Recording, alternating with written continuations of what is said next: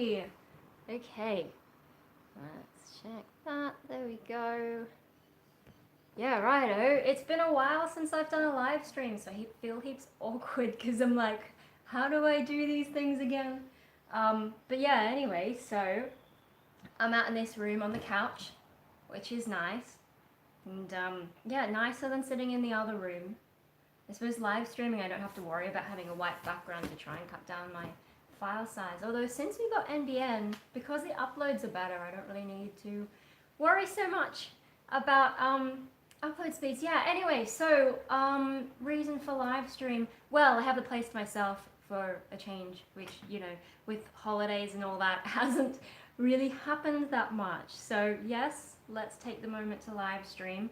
I suppose I could have filmed something proper, but hey, here we are. No, I think I wanted to live stream because I don't know if I'm going to be able to edit video this week. Today's okay. So Sydney's weather at the moment, oh my god, there's been so much humidity, which I really hate, and it's been really hot some days. And so my house is pretty old, and the upside of that is that old house, they tend to be better insulated. I mean, it depends where you are, but this is like one of those old, you know, the old half of the house at least has that sort of double brick, I think, kind of thing. And, you know, yeah, heaps better insulated. Whereas this part of the house, not so much, but we've got the aircon up there. So, yeah, anyway, wow, train of thought, where are you? This is what happens when I don't practice live streaming. Yeah, no, it's been hot in Sydney, and okay, old house. Good thing about like an old, well-insulated house is that it's well-insulated. So at the start of summer, when it's hot outside, the house stays relatively cool inside. Great. But now that it's been summer for a while and it's been hot for a while, you know, the house starts heating up a lot, and then the heat just sticks around because, you know, the house is insulated. It doesn't really let it out. And that really sucks for my room especially, because we've got like this down that way is like this big hallway, right? And so when you open like the doors at the back and the front, you get all the air going down that way. And it completely bypasses my room. So my room is like, you've got the hallway and my room's off to the side. And it's really hard to get any airflow in there. I've tried so many things. So my room's like, it's been kind of unlivable a few days. Like today I could probably go in there because it's not so bad outside. Like it's about as hot as my room is well, actually it's a bit cooler than my room has gotten some days. So I've opened up the entire house to try and get some airflow. I could open some more windows actually. I don't know if those windows still open. We've got a lot of old wooden windows that I think have just been stuck for ages. But no, I've opened like all the doors and the things that I can manage myself. So cool.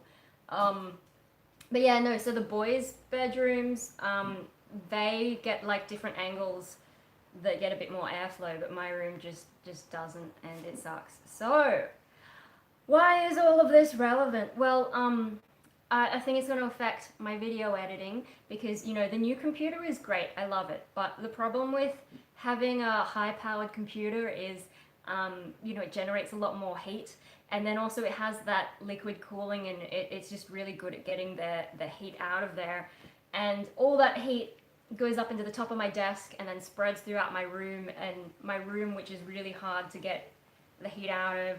And it's a nightmare. It's the same kind of effect as when I turn on all my music gear. And yeah, so I don't really like writing music in the summer just because it's too hot. You know, it makes my whole room hot and I can't escape it in there. So yeah, I think I just have to not edit videos for the rest of this week anyway. The weekend is gonna be really hot in Sydney, but then next week, sort of the first week of February, is not so bad. So then yeah, then I will be able to edit. So there just might be a bit more of a lull, and I'm sorry about, like, you know, posting shitty little videos that no one cares about, but hey, filler material, stuff that I want to remember, my dogs and so on. I've also got like, I've got a random one that I could probably upload without needing to edit anything. But yeah, no, the heat has been bad enough that actually I, the last, what is today, day 3, I've been sleeping in this room rather than my bedroom because that's how bad it got. Like there was it Sunday night? I think no, it would have been Saturday night. I was just so hot in there and it's like humid and gross that I slept really badly or didn't sleep, whatever, and woke up so grumpy and I was just like, no. So I dragged, let me show you. That's my bed. It's just like against the wall to get it out of the way. Yeah, and then I just flip that over. Well, it's my mattress. I guess the rest of the bed, does that count? Here's Hopi. But yeah, so I've been sleeping on that. I just fold it out at night because it's under the air conditioner. Yay. Yeah, it's just things have been that bad that I just feel like I have to sleep out here. And it's not great. It's not ideal. Like, yeah, the aircon's good, so I don't feel as gross and grumpy in that sense. But I don't sleep well outside my usual environment. Yeah, I've never been great at that. But I mean, it's nicer out here just because it's not hot. Like, I could be either way. I'm not gonna sleep great, right? So I could either be hot and not sleeping, or comfortable and not sleeping. And I chose comfortable and not sleeping. Other reasons that it's hard to sleep in here, the light is no problem because I sleep with a pillow on my head. If you remember, when did I do Vlogmas? Was that like 2 years ago I did Vlogmas? Remember that one where I sleep with a pillow over my head? I still do that and it blocks out all the light and sort of muffles some of the sound. But unfortunately in here, there's 2 fridges. I think those are the main things and those go off every now and then. So I'm trying to sleep out here and it'll be fine for a while. And then one of the fridges will go into a cooling cycle and you just get this, yeah, fun shit that is. And then I think the fridge has an ice maker. I don't know if it still works. I think it must still work though, because every now and then I hear like a tock, and I'm pretty sure that's the ice maker, at least trying to do its thing. So yeah, it feels a bit like camping out in this room. But yeah, no, because I don't have air conditioning in my room, at least not at the moment. That's definitely something I'm looking into, because if I can't work in my room, like I even have my work from home stuff set up in there. When I do that today, I'm just gonna have to go upstairs to log in and, in Dad's office where they do have aircon. But the whole point of putting it on my own computer was so I could work from home in my room. Yeah, and then I can't do the video editing or music or anything. So what have I been doing today? I just did some bonsai outside. Because today, it depends where you are in Sydney, but it's not too bad. Like, it's high 20s. And it doesn't feel heaps humid like yesterday, at least not so far. It's hard to tell with humidity though, because when you have, we run our air conditioner on dehumidifier mode, rather than cooling mode. Like we only use cooling mode if it's really, really hot. Dehumidifier mode stops you from spending too much money because like it sort of cools the air just by sucking the moisture out. Wow, getting myself distracted.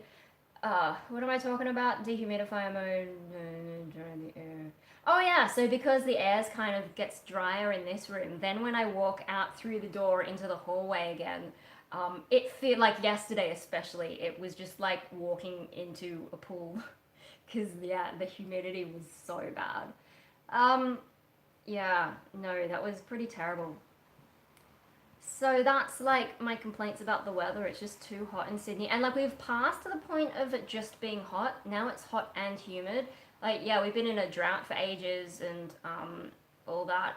But we did start getting some rain, and with the rain comes the humidity and like yay rain, but now it's kind of gross. So that kind of sucks. Yeah, it's like that, like summer has progressed from just being dry heat, which is easy to get through, to being damp heat. And also the house like heating up. Whatever. Was there something else I was gonna say? I don't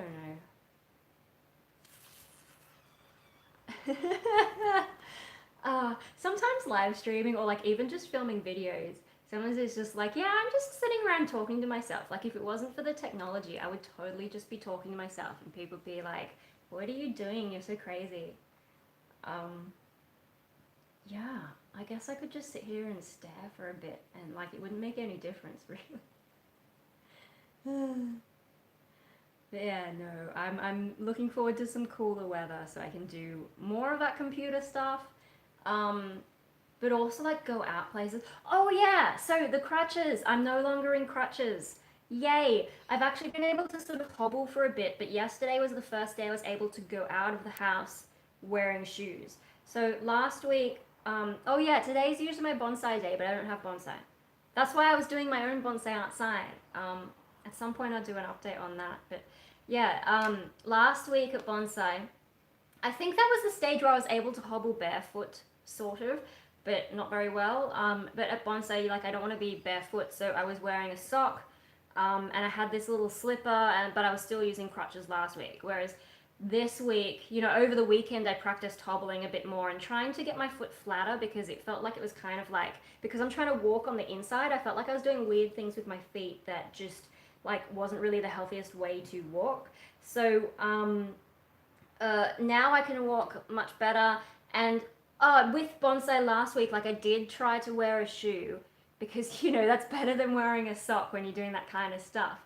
But yeah, it just hurt too much. And even with the sock and the slipper, by the end of the day, like my little toes the outside of my foot was starting to look like they were a bit swollen, like a bit more swollen again. And yeah, my foot just started to feel really stiff and it wasn't good. So I waited a week, and then yesterday, yeah, I tried putting on the shoe. And yeah, I was able to put on one of my loose shoes, these little slip-on things. And oh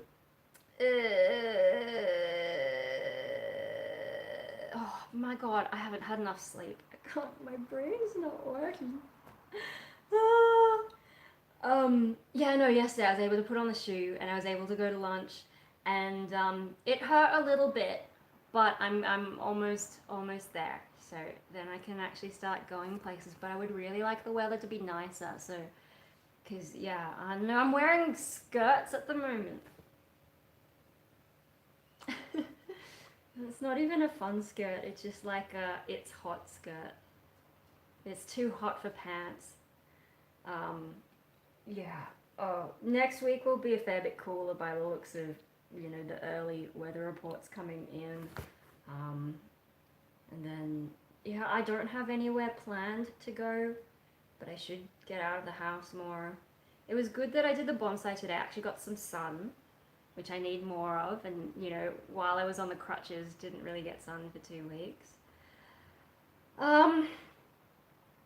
Yeah, so I did my figs today. They were looking a little bit iffy. I could probably could do a bit more work on them, but it's too hot. I'm just sort of in that relaxed mode.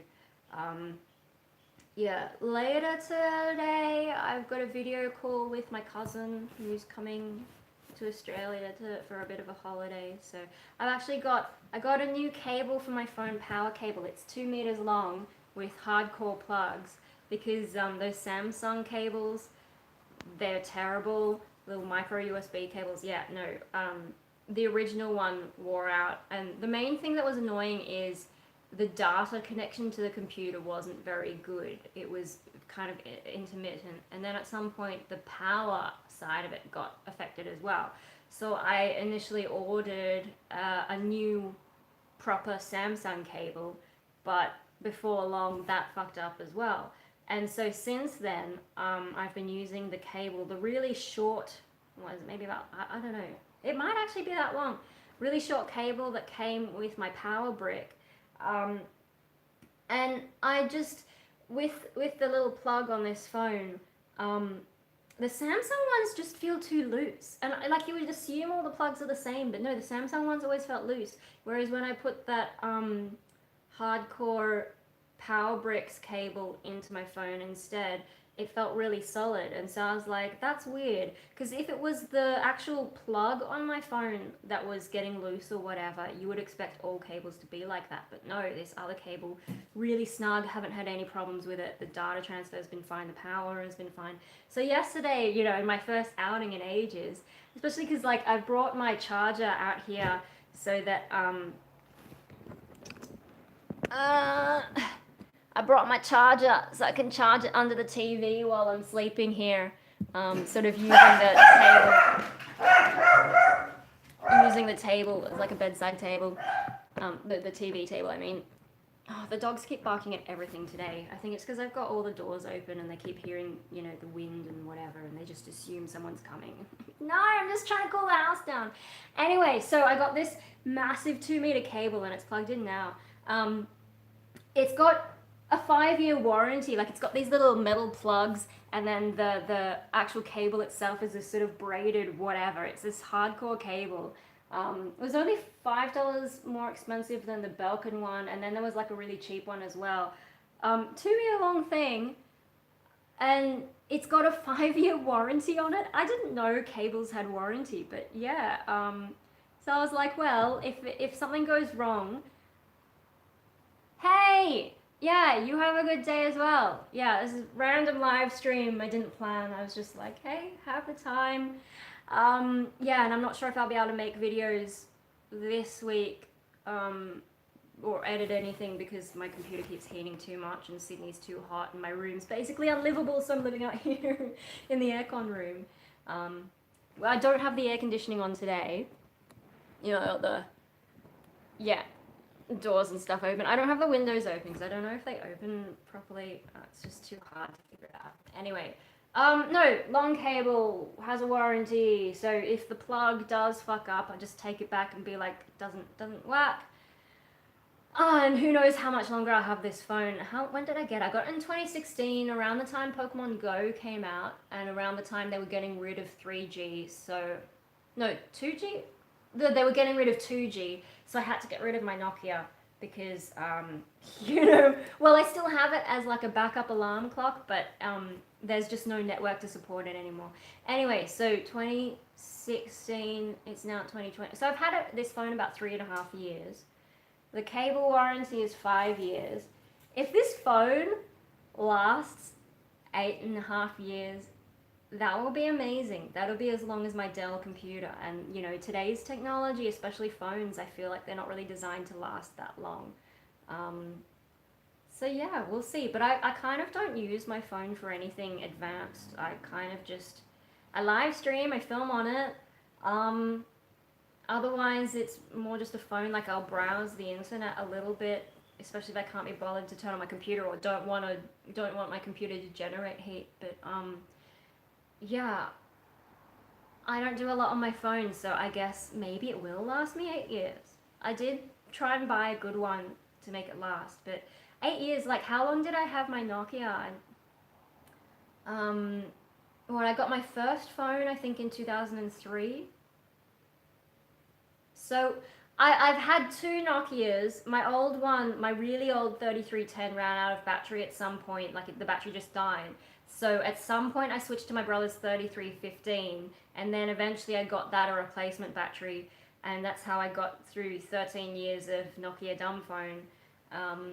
Yeah, so I don't know exactly how long each lasted, but I'm sure he got the 3315 not that long after I got my 3310, so that's a pretty long time.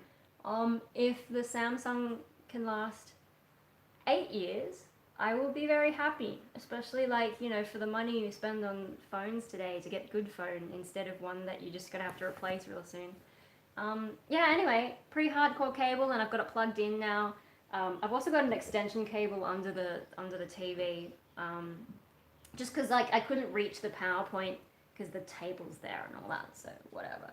But yeah, no, I'm plugged in today, so we're not going to run out of power. I'm not going to have to run around going, oh, where's all my cables like I usually do. But, yeah, so... So my cousin is due to video call at 2 o'clock. I'm pretty sure she means Tokyo time. But just in case, I thought I'd live stream early. Because what time is it now? Okay, it's almost 1, so I have at least an hour. And then of course Mikey comes home around 3-ish. I don't know. But yeah, no, we'll see how we go. But I've got it plugged in so that when I have to do that video call with her, it'll already be charged. I think I'll have to go to the computer at that point though and actually turn it on because we're going to look up things that she wants to do in Sydney. And when you're trying to show someone around your own city, I think it's kind of difficult because you get so used to the things that are around that, like, you know, sometimes you don't know what a tourist would find remarkable about the city, and then sometimes you just haven't been out that much, so you don't really know what's around now. So I'm going to try and think of some things. But I've got some ideas. It's just like I'm not 100% sure with her personality exactly what kinds of things she'll be into. So yeah, we'll have a chat about that and see what she's interested in. She's learning English. Her English is better than my Japanese, so yeah. I think she wants to practice some English as well. Well, yeah, I'm so tired just from like not being able to sleep. And the last few days I've also had this feeling of like motion sickness, and I don't know what it is. Is it maybe a heat thing? Because it has been kind of hot. I don't think anyone else in the family has felt like, Mum's felt a bit off. I don't know if in the same way. But yeah, maybe it's just me. Maybe I'm unhealthy in some other way. I guess I have been, because of the crutches. I didn't really go anywhere for 2 weeks, 3 weeks. So maybe it's something to do with that. You know, just having to be sitting on my bum all the time. Maybe that's something to do with the motion sickness. But like I get that motion sickness not just like in the car, also just like when I'm scrolling on the phone, or on the computer. That was making me feel a bit queasy as well. And like it could be because of the heat, could be because I'm not sleeping that well. I think even without the heat, I haven't been sleeping that well. Or I could be catching something, which is not really fun, especially with all the coronavirus stuff going on at the moment. Oh yeah. Anyway, have I run out of things to talk about already?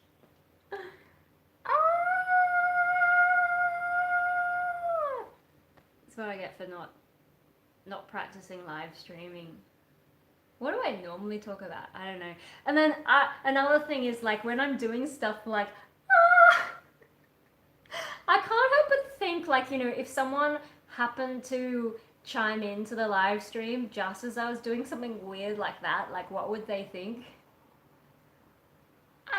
Anyway, yeah, no, it's good to be out of crutches.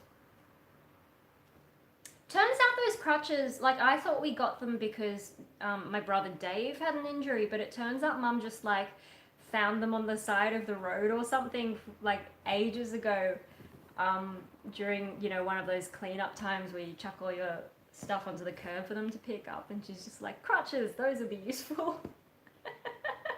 I had no idea. So yeah, and that came in handy.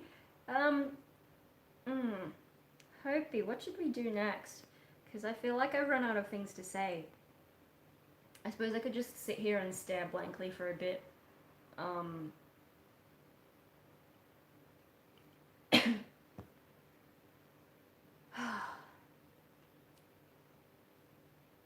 But yeah, no, what am I gonna do with the rest of my day? I already had lunch. I suppose I could go and Google stuff for my cousin to do in Sydney. Sort of like preempt a few things. I was going to look up stuff over the weekend, but because it was so hot and I didn't want to turn my computer on, yeah, I didn't do it. I have turned on my computer since, like I kind of needed to because, you know, I needed to do some email checking. Oh yeah, I think punk rave stuff will start again in February. Yeah, and then I also had to like open my timesheets for my work from home job. And then I probably just got a little bit carried away and stayed on the computer longer than I probably should have. But yeah, no, so sleeping out here with this weather. Well, another downside to that is, you know, my family being morning people, and obviously I'm in the space that everyone uses in the morning. So, you know, mum and dad take the dogs for a walk around 5 in the morning, and then Mikey gets up around 6, although he stays sort of in his room, so that's not too bad. But I've been waking up really early for me. Um, and I think I was feeling a bit of the car sickness, motion sickness before all this. But I wonder if that's part of it. Now, I know what I should do. I should make some tea. Because, yeah, um, live streaming with insomnia, not my brightest idea, I gotta say. Because, yeah, my brain's just like, what am I even doing right now? I'm just like, stream of consciousness talking crap. Because I have no ideas. Anyway, no, and oh my god, with the crutches, I wasn't able to do the art I wanted to do. I did make my ladybug house. I probably should have filmed a thing of that, but I didn't. I made a ladybug house out of milk bottle and twigs and twine and stuff, and it's hanging out there. Although the ladybugs seem to have disappeared. Did I tell you about the ladybugs? I don't even remember. But so the kale and the cabbage outside that were growing both got a lot of aphids on them, and rather than killing the aphids or plucking them off or doing anything, I just left them because I figured aphids are ladybug food and no one likes kale anyway, so let the ladybugs come and eat them, and then the ladybugs can look after the other plants as well. And for a while that worked. I saw some ladybugs and some baby ladybugs, but they seem to have fucked off, and yeah, so if I give them a little house, maybe they'll stay around, or maybe some other insect will move in and I'll get something I don't want. But trying the thing. We've also got an insect and bee house. I just haven't had a chance to put it out anywhere, and it came with all these like seeds to grow bee friendly flowers, and I haven't had a chance to get all that sorted. Gosh, there's so many little things that I want to do. I suppose one of the things about waking up early is I end up having more time in the day. Like, you know, I've already done all my morning stuff in the actual morning, and then it comes to the time that I usually wake up, and then I'm like, so now what I do? But yeah, I feel like my intelligence levels have, because I'm just too tired. Oh, but yeah, no. So art was. Is that what I was talking about? Yeah, I had this idea for an art project, and I collected all the bits I needed for it. But then I got injured, and since then, I mean, I would have had to be walking around to get the art project done, and I was just like, nah, can't do it because I got crutches, can't carry anything, and yeah. So now that I can do stuff, sort of look at that pile of materials, and I'm just like, I don't really want to do this.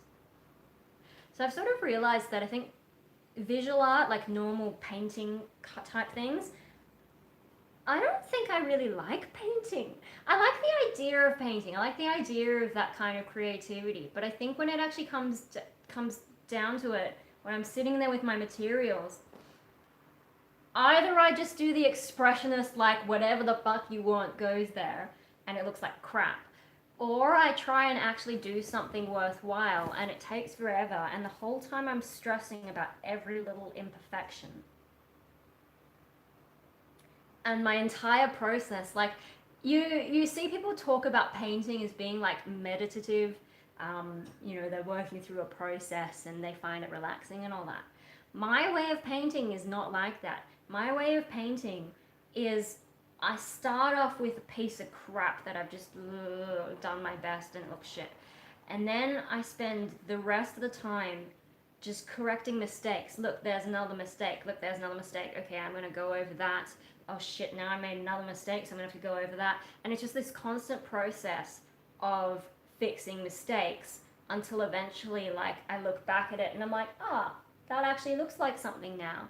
And, like, yeah, valid process, sure, but it's not relaxing, and I kind of dread painting because I know that's how I'm going to be. Yeah, it's a really stressful process, and I'm sort of like, okay, so I had all these ideas like I'll do art, but when it comes down to it, it's a lot of work, and I don't enjoy it. I don't really know. And then once you've painted the thing, you hang it up. Yay!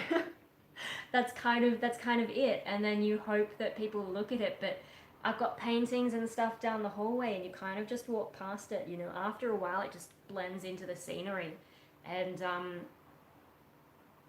yeah, it's not what I enjoy.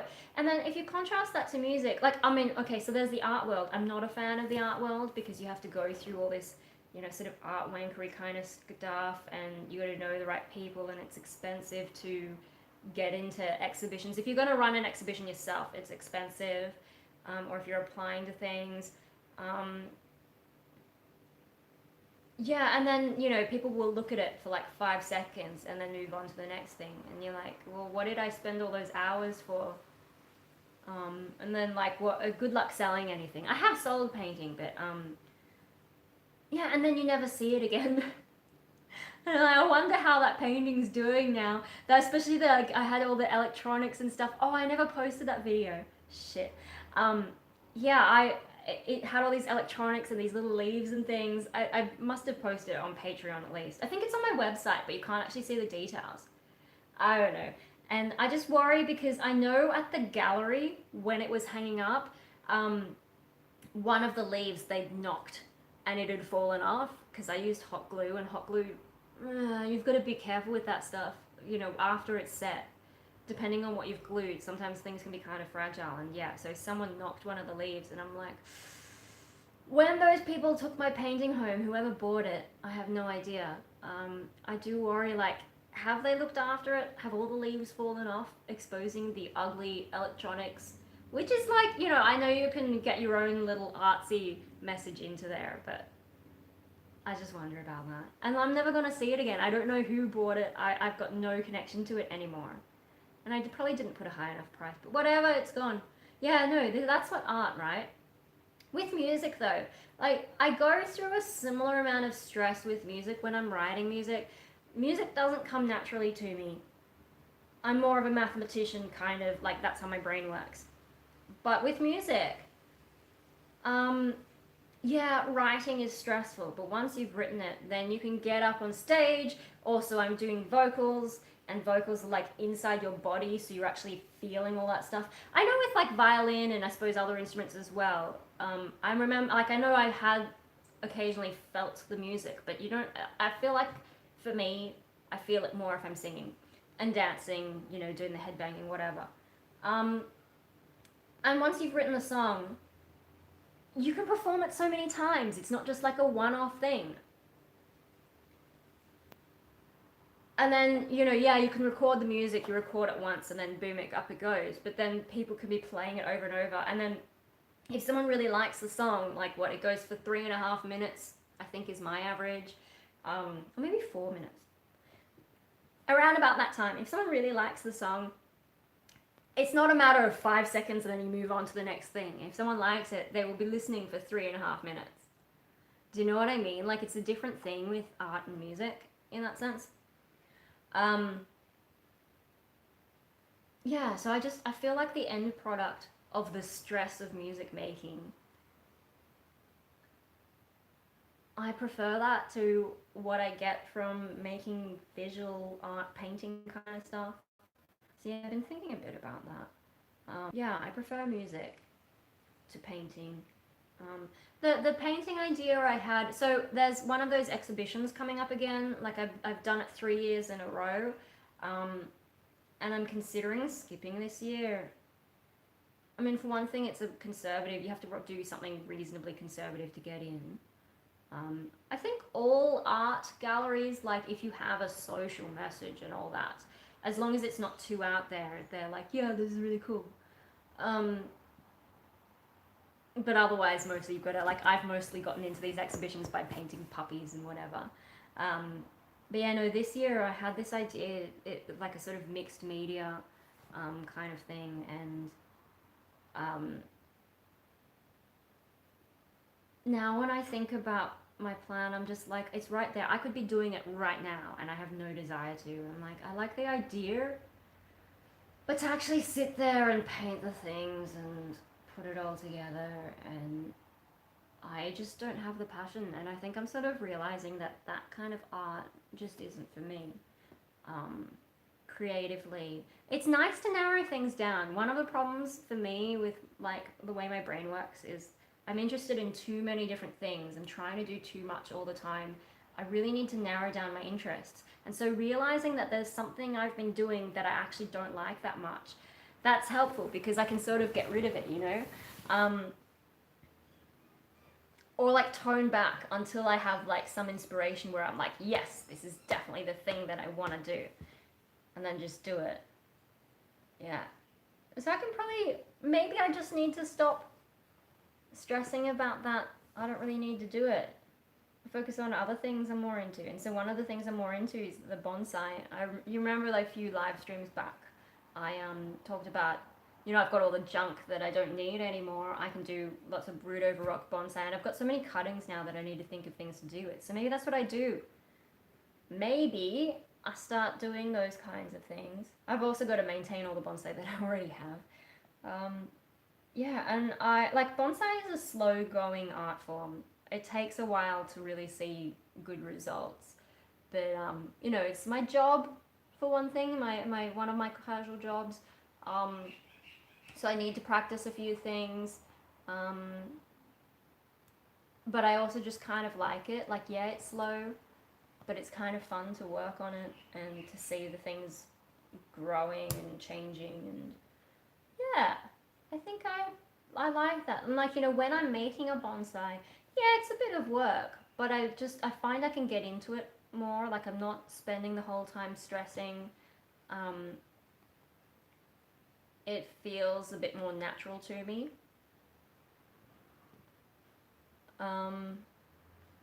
Yeah, whereas painting is just a constant struggle the entire time. Music is also a constant struggle, but then when it's done, I get the fun bit. Whereas with painting, I don't think there's really a fun bit for me. Yeah. Is it like, I think maybe because of my ego or something, I probably want to be able to do everything. But I'm only one person, I've only got so much time in the day, and to realize actually I don't like that. Yeah, that's one less thing I have to stress about, one less thing I have to do if I just get rid of some of that visual art that I'm not so into. I do like making stuff out of clay, but I just don't have the space for it a lot of the time. And yeah, it's too tricky. Doing the clay stuff was easier when I was doing the lessons, and they had the kiln and they had all the glazes, and I just pay my one term's fee, and then I get all these materials. I thought it was a really good value class as well. I don't know what the prices are like these days. That was a long time ago, but yeah, no, to do it at home, yeah, too difficult. I'm not willing to invest in the things I need for a lot of the more sculptural stuff. I guess that's why I tried to do more painting, because it's easier to set up, but I think I don't actually like it that much. I wonder what should I keep my art supplies or should I get rid of them? That's another question, isn't it? Can I find a use for them, or will they always just stress me out? So yeah, I've learned something about myself. I am not a painter. So music and bonsai, I'm pretty happy with them. Making videos, even if I, you know, make some rather like, oh, what were you thinking kind of content, and I'm not good at being like a proper YouTuber, just me doing my thing.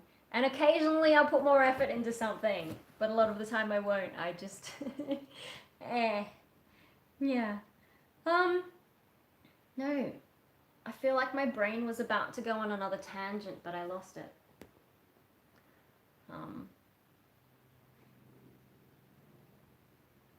Yeah, I'm really tired. But yeah, no, I gotta think, do I want to be in this exhibition? Because, like, I just need one thing to enter. They used to let you enter two things, but now I think it's just one thing. So, and you can enter just about anything, but the problem with bonsai, the hardest thing about bonsai is like, how do you exhibit? You can't really exhibit bonsai that easily because, you know, they need sunlight, they need water.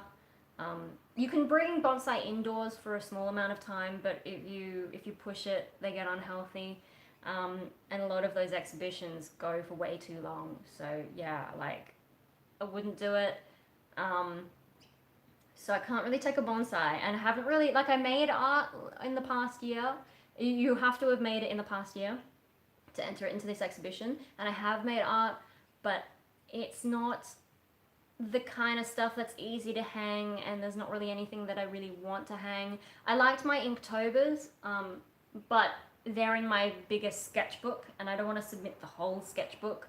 And I also don't want to rip pages out of the sketchbook. So there's that problem. So yeah, maybe I just skip it. Maybe I just say the art world is not for me. It's the culture. I'm not a fan of the art world's culture. I mean, if you think I'm a heavy metal chick, the art world is like all kinds of stuff. Most of it not what I'm interested in. Whereas at least with music, I can find that subset that I'm really into a lot more easily. So yeah, there's that, and then, you know, putting on exhibitions is completely different to playing a gig. You know, I find gigs easier to get. Even as a soloist, there are open mics where you can just turn up, doesn't cost you anything. They even give you drinks at a lot of those places, you know, free drink tickets or whatever. And then you get to have fun and show what you've been doing, and you can get a little bit of money back from royalties at the end of the year, at the end of the financial year, when APRA, if you submit to APRA your details and all that. So yeah, as long as I keep performing a little bit, I get some royalties that I can spend on Nando's lunch. Whereas like with art, you're just spending money all the time, and yeah, it's so stressful. So there's that. Yeah, no, there's just a lot of things. I think maybe I'm sort of narrowing. Oh my god, how old am I? I'm in my early 30s, and I'm finally narrowing down some of my interests to figure out what to do with my life. Oh my god. Is this what my life is? Talking to myself on the internet about how I haven't figured my life out yet. Well done, me, well done. Oh well, at least I'm happier this year. You know, I go through my Facebook memories, and actually this time of year, last year, I was going through another bit of existential whatever, like not depressed, but just kind of like, what am I doing with my life? Whereas this year, right now, I'm kind of like, no, actually, I'm okay with this. I'm just chilling. I'm not stressing too much about stuff. I suppose I've organized certain things about my life a bit better. And life settled into a bit of a pattern. What did I do with my drink bottle? Oh, there it is.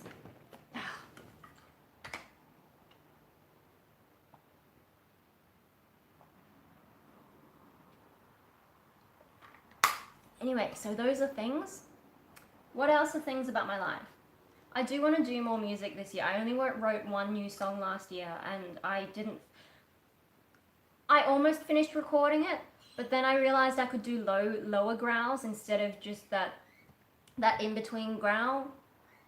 And then I thought, gee, maybe I should make that actually what that part is. I was just doing the lower growls as like a vocal doubling thing. And then I heard the low growls as the double, and I'm like, shit, maybe that's what they should have been all along. They should have been low growls, not these mid ones. And so I haven't gone back to listen to those recordings and see if I can use them, or if I need to re-record to emphasize the lows. Whether I keep the mids in there. There's a lot of things to think about, but and then once I finish recording it, or decide it's finished, then I've got to mix. And I hate mixing. I'm not great at that. I get confused about like what I'm supposed to be listening to make it sound good. I do, like, it's hard though, because when I give my stuff to other people to mix, there are things that I suddenly realize, oh, I actually did want that thing, because someone else has reinterpreted my song and emphasized different things in a way that I wouldn't have done. So maybe like I probably do need to mix my own stuff. But then there's the challenge of mastering, and like there's, I'm so out of practice with mixing and mastering, and I don't know that I'm good enough to figure out how to do it, if that makes sense. Like I understand the theory, but to make it sound good, I don't know. So yeah. But so I can always get someone else to mix and master it if I really fuck it up, but I think I should give it a go. After that though, like I'm still looking for a band, but even if I can't find a band, I feel like I want to write more songs. Really whip myself to do that. Just to get the practice. And I also want to try and write stuff that, like, yeah, it's my electronic style because I suck at guitar, but if I can write stuff that is more guitar-ish, that's good practice for when I eventually do find a band. The main thing I need practice with is vocals, because ideally the band would be writing the music because they're the experts in their instruments and I'm just the vocalist. The vocals is my expertise. But if I can write other stuff, that's less stress in the event that I do have to start my own music project, because that's still a possibility. I'd rather not have to do it that way, but Another thing is, if I go with my solo project, if I decide, no, I'm going to stick to the solo thing, the band's not going to happen, I could possibly get people into my solo project to play with me live, a bit like the 9 Inch Nails thing, how he used to be just like one dude, but then he'd get a live band in. And if I've written stuff that can easily be translated to guitar, maybe that's another option for me in band type stuff. What kind of music are you going to make? Hello! Kilroy. Do I pronounce that salt? Is that a silent P? No, so the music, I don't know if I don't recognize your name. Are you new? Exciting. So my music, my solo music, because I suck at guitar, is more of electronic, I guess industrial-ish kind of sounding. I just chuck synths in there. I don't know if there's a real name for it, but you get the kind of vibe, electronic industrial, whatever. But the music I want to be in is metal. So that's one of the reasons I started filming metal covers.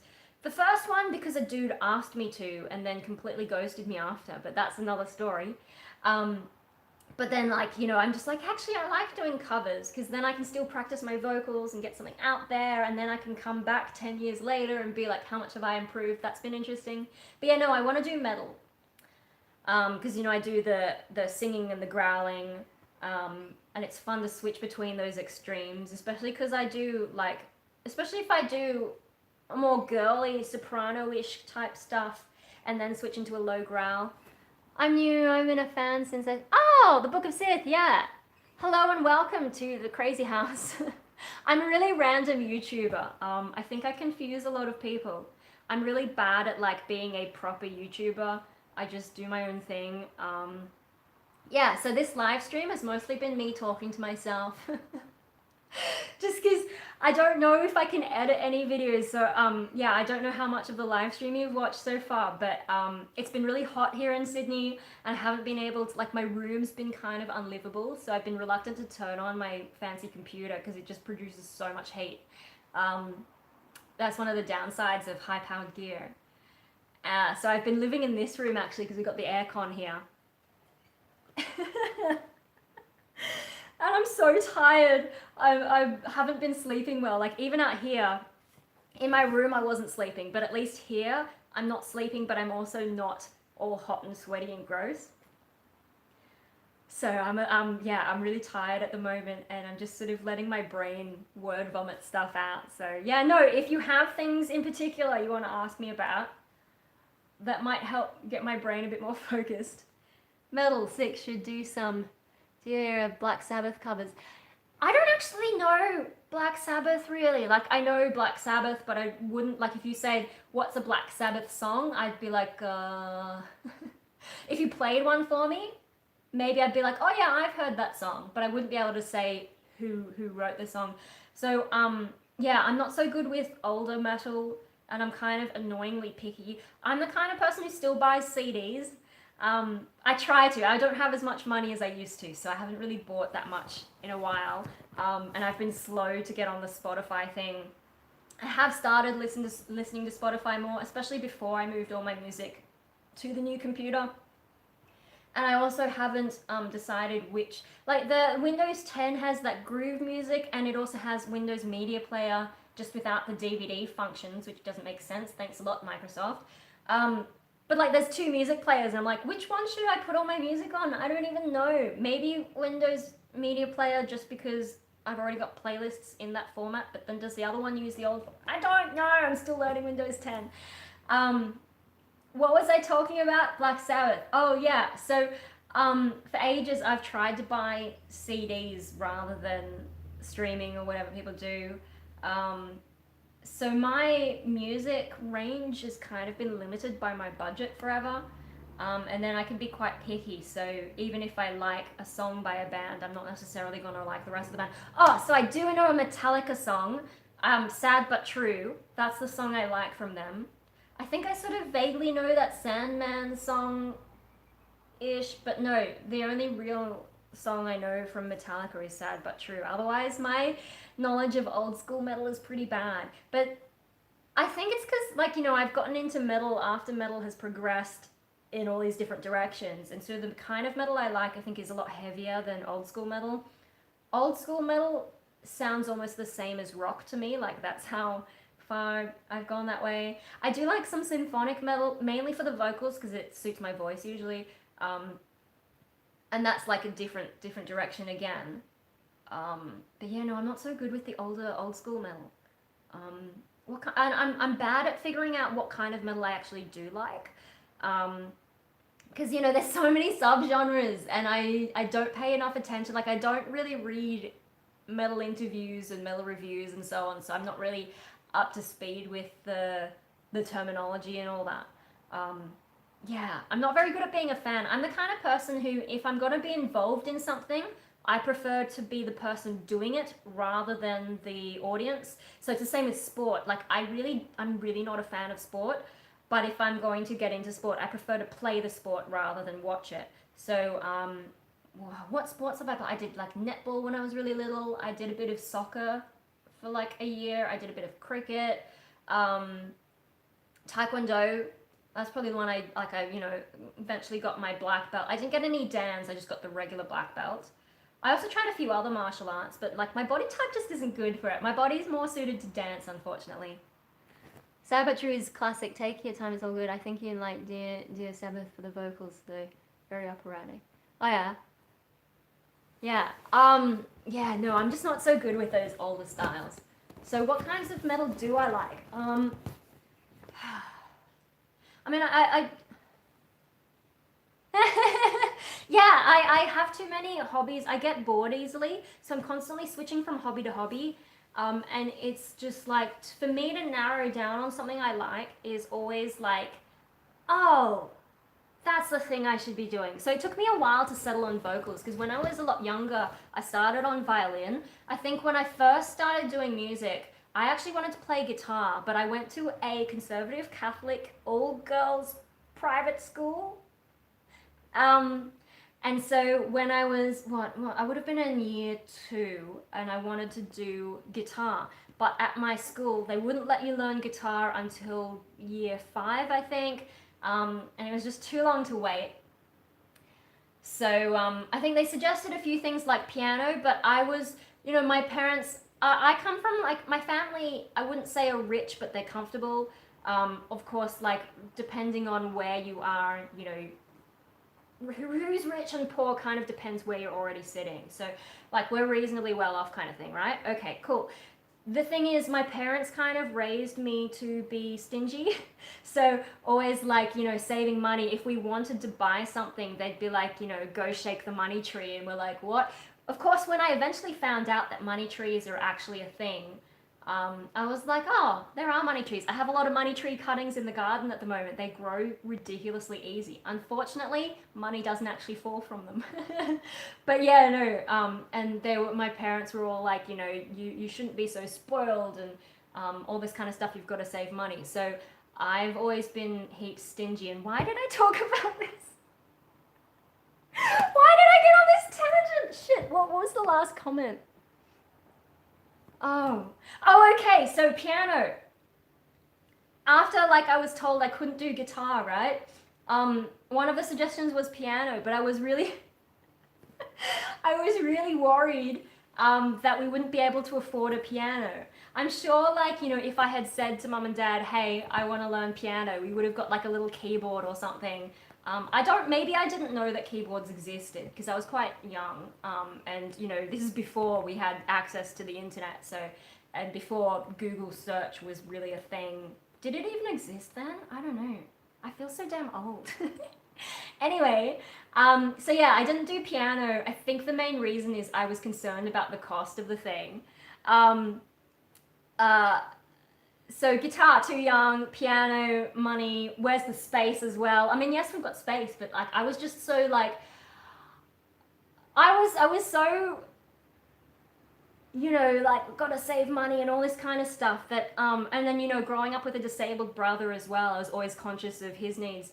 I think when I was in year 6, I was in this like maths group thing that I originally didn't sign up to. Like, I was top of maths in that class. Like, I've been top of maths in a lot of classes, but yeah, at that time, the teacher, my year 6 teacher, I think, contacted my parents saying like, why isn't she in this group? She should really be in this group, blah, blah, blah. And then my parents, I hadn't told my parents, I think, and so they came to me like, why didn't you tell us about this thing? And I was like, oh, I didn't think you'd be able to take me early because, you know, the disabled brother and blah, blah, blah, blah. And they're like, are you crazy? So I ended up in that group eventually, and I started late, but I still ended up topping whatever that club was, and I got a little trophy. I've still got that trophy somewhere. Oh my god, I have a maths trophy. How fucking nerdy am I? Shit, man. At least I'm in metal now, so I'm not that bad, but... Anyway, fuck. Guitar, piano. I ended up doing violin, because violin's a bit smaller. Turns out violin's kind of expensive anyway. But I didn't know that, and I also had a friend who was doing violin. She was really good. Math trope. Oh, if I do like math metal, math is such an American thing to say. We call it maths here, but I guess like, yeah, being exposed to a lot of American math. I suppose it's one less sound you have to make. Anyway, violin, yeah, no, when I first got into music, I started with violin. I didn't practice enough. But yeah, no, that's... Hang on, my brain is just doing a little bit of processing. I'm so tired, I can't even figure out what I'm thinking. I keep going on tangents. I'm sorry, I'm like this all the time. I have been trying to make more... My favorite CDs, oh god, I don't know. Favorite CDs. I quite like... Hopi, there's a bird! Get the bird! I quite like, I think The Sickness by Disturbed. Where are all your other fans? Oh, well, I didn't warn anyone that I was going to be live streaming. It's kind of an impulsive thing. And so, you know, I haven't live streamed in ages. So no one was expecting me to be online. I do this every now and then. And yeah, no, I'm sorry for not telling anyone I was going to be live streaming. But even I didn't know. I thought maybe Dad was going to take the day off and teach me some stuff for his job. But, no, got the place myself for it. I still feel a bit queasy though.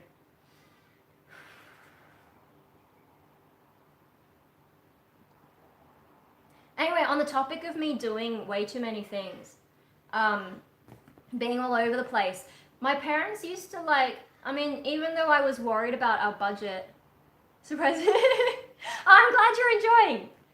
That's good. That makes it worthwhile if it's not just me talking to myself. I know people play the replay and will enjoy bits and pieces, but a lot of the time I was just sort of sitting here going, oh yeah. Yeah, no, on the topic of me doing a whole bunch of different things. So yes, I was concerned about money, but my parents also let me try a lot of things. Like, you know, I tried the ballet thing when I was really young, and tap. I preferred tap. Ballet is a bit too girly, and I hated character. Once we started doing character in ballet, which I never understood and didn't look like ballet to me, I was like, fuck this, I'm not in. So I did tap, I did, yeah, dance kinds of things, I did little sports kind of things, I did gymnastics, and then violin. The reason I didn't quit violin is because my parents, like, they were like, are you gonna quit this as well? Because I'd tried so many different things and I quit everything, which has been a pattern through my life. The number of times I've quit uni, I'm so glad I finally got out of that habit. But I've tried a lot of different courses. I've finished 2 uni courses out of all the ones I've tried. So I've got a degree and a master's. Bachelor's degree and a master's. But yeah, no, with the violin, they're like, are you going to quit this as well? So the main reason I stuck to violin was just out of stubbornness, to be like, no, I'm not going to quit this. So even though I wasn't really that into it, I stuck to it. Then at some point, I think in high school, my violin teacher was like, you either have to do a violin exam, the AMEB exam, or you have to switch to viola. And so I was like, fuck exams, I'm going to switch to viola. And then I had to learn alto clef. Oh. And also, you know, got roped into the school orchestra. I did play in the junior school orchestra for a bit, but once I switched to viola, I think I was the only viola player at my school at the time. So I got an automatic entry into the orchestra. You were supposed to have a certain level of exams done, and you were also supposed to pass an audition. But because I was the only viola player, I just got in this orchestra. I was nowhere near good enough. And like, you know, because I was just one viola player amongst all these violins, no one could hear me anyway. And I figured that out pretty quickly. So I used to sit in the orchestra. You know, I couldn't read alto clef that fast. I was never great at reading treble clef. But alto clef, suddenly everything's off by the slightest amount. And then there's different strings on the viola. And I was just like, I don't know what I'm doing. So half the time I would mime. And then one day I had a solo. So starting off the whole orchestra, there's just me playing. And I was okay in rehearsals, but the day that we actually had to perform it for an audience, I fucked it up. Anyway, so then my violin teacher actually did make me do a viola exam, which I was pretty annoyed at. I passed it, so I think I got, was it a grade 1 viola or... I don't remember, it was too long ago, but I passed some kind of exam. And then I actually quit music completely for ages. I think about year 8. At the end of year 8 was the last time music was compulsory at my school. And apparently that year, not many people had signed up to continue doing music. And so at that last music lesson, the teachers were asking us, why hasn't anyone done music? And I said I was sick of it, and I'm never doing music again. And then here I am, with a music degree. But that's what you get when you shove classical music at me and pop music and stuff that I didn't like. I didn't have access to metal when I was younger. So of course I didn't like the music. It just wasn't for me, you know. I had church music, which is where I probably got my first singing lessons. There's this one that has like this really long Gloria, and my whole thing that I used to do in church was try and sing it in one breath. So everyone's doing the Gloria, and I would do the whole thing in one breath, and that was like my achievement for sitting in church. I'm not religious, so yeah, but I used to have to go to church, so that was the thing I did. Yeah, early vocal practice. Anyway, so when did I go after school? I did have a keyboard, I got myself a little keyboard at some point. I definitely had it when I was in year 10, after I had quit music. But I was never any good at playing it. I thought, I'm gonna write songs, and I didn't really know any music theory, so it never really worked out. Then, my first year of uni, second year of uni I went to art school, quit after a semester. Third year of uni, I finally went to music school. Okay, so, second year out of school, I think when I was doing that music stuff, hang on, let my brain figure this out. There's something on my screen. How do I get into music? Is that what we're talking about, or am I just like on my own little tangent again? Oh yeah, no. Oh, hello. Yeah, I'm just rambling. So I think I'm rambling about music, and I'm not really sure where I was going with it. Big brain time. Oh my god. No, so I've actually tried a lot of instruments. I think the first instrument I tried after leaving school, after I'd quit viola for ages, I think I finally bought myself, like, you know, when you get out of school and you finally get yourself a casual job, and then you actually realize you have money and you're like, shit, I've never had this much money before, what do I do with it? I eventually bought myself a guitar. It's this Jackson Dinky JS1, I think. Why do I remember that? I don't know, but it has a reverse headstock, and that's the first time I heard anything about reverse headstocks, and the guy's explaining, like, yeah, these are better for metal because you do whatever, like, drop tuning, I suppose. Yeah, and I think, was it 2008, my second year out of school, I did some group lessons, which was boring as fuck, because of course they're playing, you know, popular music, and I'm just like, but I did learn power chords in standard tuning at that time, and I was like, oh, that actually sounds alright. So I played guitar, and then at that same place where I was doing group lessons is where I found group singing lessons, and that's the first time I started taking singing more seriously. Like, instead of church music and what we had, the old SingStar game, that used to be kind of fun. My own, like, hollering to Evanescence as a teenager. Yeah, I didn't buy many CDs when I was younger because I didn't really like the music I heard, but like on the radio, Evanescence, closest thing you get to metal on the radio. Although I think I had Linkin Park as well from, you know, Neon Genesis Evangelion used to be on Cartoon Network late at night, and they'd always play Points of Authority, the Hybrid Theory version with the fancy graphics before Evangelion was on. And that's how I found out about Linkin Park. But so that's all I had access to for ages. And then my brother got into rap, so I listened to a bit of Eminem. And that's sort of the extent of what I listened to. At some point I found, I think I decided I wanted to try metal. Stay Up, so Adult Swim, yeah. That I think it was part of Adult Swim, but I never really paid enough attention to that.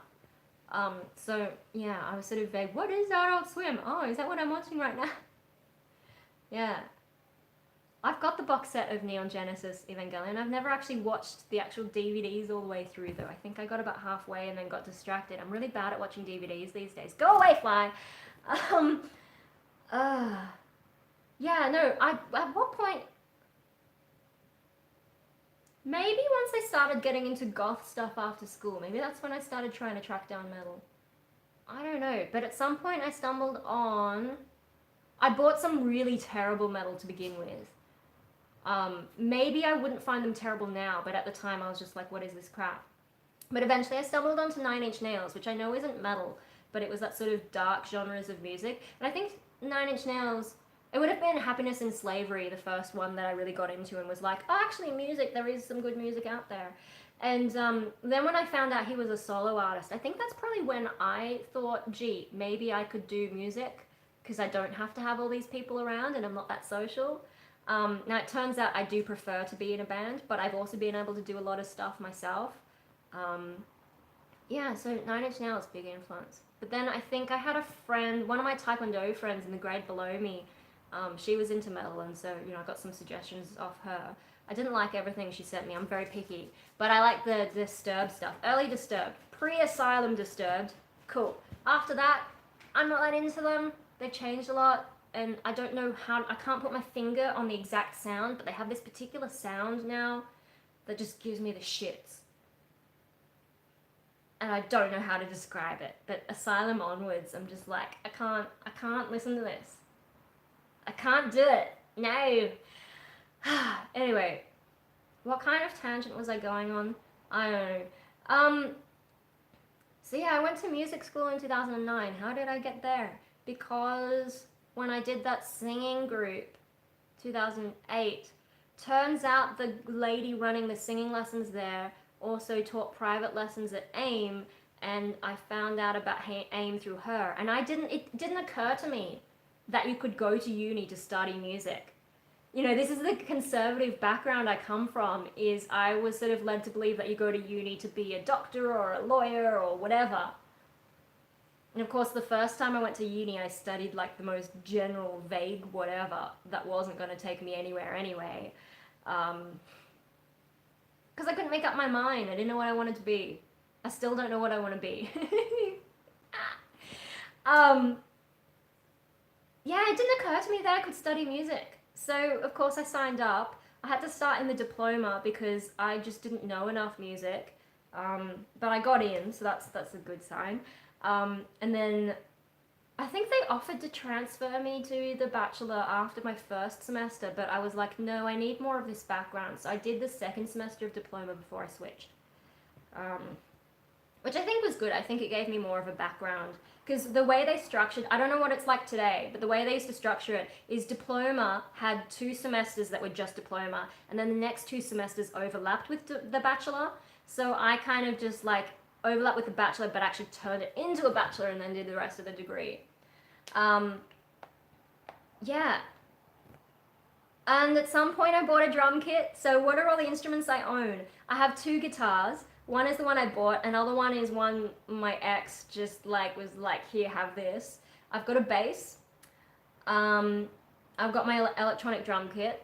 I've got a cello, which I bought with my ex, and yay, I got to keep it. I mean, as if he was gonna play it anyway. And I feel like I deserved it. But anyway, are those my main instruments? I've got like a little MIDI keyboard, which is helpful for writing music into my DAW. DAW, what's it that stand for? Digital Audio Workstation. I have too many instruments and I'm just no good at most of them. Even violin. So I have a violin again. I have a 5-string electric violin and I run it through pedals, or I used to with Rainbow Death Ray, that was my previous band. And I also used it with Winter Gaunt, my first serious band. But mainly I'm a vocalist, and I think I've decided like vocals is my thing. So I had to try all these instruments to decide, no, I want to be a vocalist. And I think that's where I was always heading, because I have like, I do have a bit of an ego, I think. I try not to, but it's there. And I would say that's part of the thing about vocals. But then also the experience of singing, even though I have a tiny body with tiny lungs, which doesn't really help, I just feel like much more involved in the music, I think. And I've had a lot of problems through my life expressing emotion, and I feel like singing is a way to get that out of me. So yeah, vocals. And then also, over the past year or 2, I've discovered more things about vocals, which, like, you know, when I did a few lessons here and there, not nearly as many lessons as I probably should have, if vocals is something I want to take seriously, but it's expensive, and I wanted to learn growls and stuff, and those contemporary, I did do a classical teacher for a bit, but she was like, no, you should move to contemporary, because I guess she didn't like the music I was starting to go for. And then the contemporary teacher, they just don't understand growls, so yeah, couldn't really stick with that. And in Australia, it's really hard to find teachers who can do that kind of heavy stuff. So yeah, it's hard finding lessons. I did go to a guy who claimed he could teach me growling, but his idea was just like, just get angry. And I'm like, that's not how you if you do it wrong, you can seriously fuck up your throat, you know, and destroy your ability to sing. You might need surgery if you really do it badly.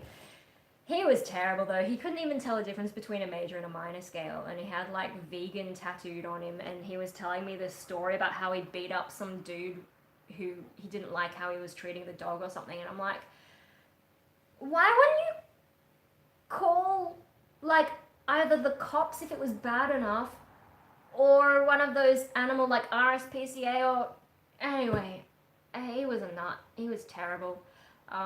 Couldn't teach me shit. So where was I going with that? I don't even know. You guys aren't doing a good job keeping me on topic. Yeah, no, I think though, I finally sort of have watched enough YouTube tutorials and finally got my head around stuff and figured out who actually knows their stuff on YouTube. So I've been able to actually make more progress. Like, with my first serious band, that having to be on stage, having to go to rehearsal every week, and then having to be on stage is when I really figured out my growling style. Like, combination of the Angela Gosso thing, where she's like, you know, basically you're a big dog, and I'm like, I understand dogs. So for me, that was how I got into the growl. But then being on stage with the guys, that really helped me get the hang of it. But my technique didn't really progress for about 5 years, I think. Like even with Rainbow Death Ray, my technique wasn't progressing. Then of course I got badly depressed, and then 2 years of not doing much, 2 or 3 years, I don't know. But in the past 2 years since I recovered, a lot of stuff's really clicked with my brain, and I'm starting to experiment more, and I've actually been making progress with my vocals. And what I didn't realize about that is I actually find it really interesting. I find it really, it's kind of fun to play with your voice and figure out a new thing and then be like, cool. And then you hear another sound someone's making and you're like, I wonder if I can make that sound with my anatomy. And I think that's kind of fun. Like I'm actually getting into that. Whereas when I practice other instruments, like I remember I didn't practice violin that often because it felt like a chore. But with vocals, I feel like I'm having fun. I'm fucking around, trying to find a new sound. So I'm trying to learn throat singing now. I've sort of like Western overtone singing, yeah, okay. But I haven't really found good explanations on that. But I can sort of do a little bit of it. I don't control it very well, but made a bit of progress. And then I figured out the actual throat singing sound, and then you can overlay the overtones on that, and you're like, oh, this is actually kind of fun, this is actually kind of cool. So I think vocals is my thing. And with my next band, however that happens, I'm just gonna do vocals. I'm not gonna do violin anymore. Because also like, especially with Rainbow Death Ray, because I was also writing the music and programming the backing tracks because we never found a drummer, I was just doing too much. And like, you know, I had the most gear because we didn't have a drummer. I was the one with the most gear. The singer, it's just weird to be a singer and have the most gear. Like even with Winter Gaunt. When are you gonna hit your next cover on the channel? Oh, I have filmed one. I filmed it ages ago. I filmed it before my last performance at Chicks with Pics. So I need to review it and make sure like it's not shit. Whether I want to refilm it or not, but I can't really do that until the weather cools down a bit and I can turn on my computer and not overheat while I'm trying to edit stuff. So I'm not sure when it's coming out, but I have got it filmed. Cross fingers. But yeah, next week looks like the weather will be a fair bit cooler, so hopefully I can get more editing done without like dying from the heat in Sydney. Yeah, no, it's coming. And then I want to film more stuff because I'm kind of enjoying doing the covers thing. It's just like, this is terrible weather for it. So yeah, we'll see how things go because I definitely want to do more stuff. There's a butterfly outside. Anyway, yeah, no, vocals, having fun with that. And the throat singing. Can I do some now, or am I just going to embarrass myself? Am I going to embarrass myself even worse than I already have, though? That's the question, isn't it? Oh, shit.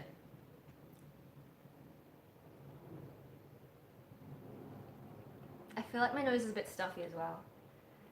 I think, yeah, that's another thing about Sydney's weather, right? Is, you know, it's getting hotter, but every now and then you'll get like a cool day, or at night the temperature might drop enough. But because sometimes we've still had bushfire smoke, I've just kept the house closed because, yeah, you don't want the bushfire smoke getting indoors. It's weird where you go indoors to get fresh air, but that's just how it's been. Whereas for the last few days, we've actually had much cleaner air. So I've been able to open up the house and try and cool the damn place down. But yeah, I'm trying to decide, do I sleep in this room tonight with the aircon again, or should I drag the bed back to my room? But then the rest of the week is going to get warm again, so will I be dragging the bed back out? Is it worth dragging it back just for one night? But I really don't sleep that well out here. But I'm also so tired. Oh, fuck. What am I meant to be talking about?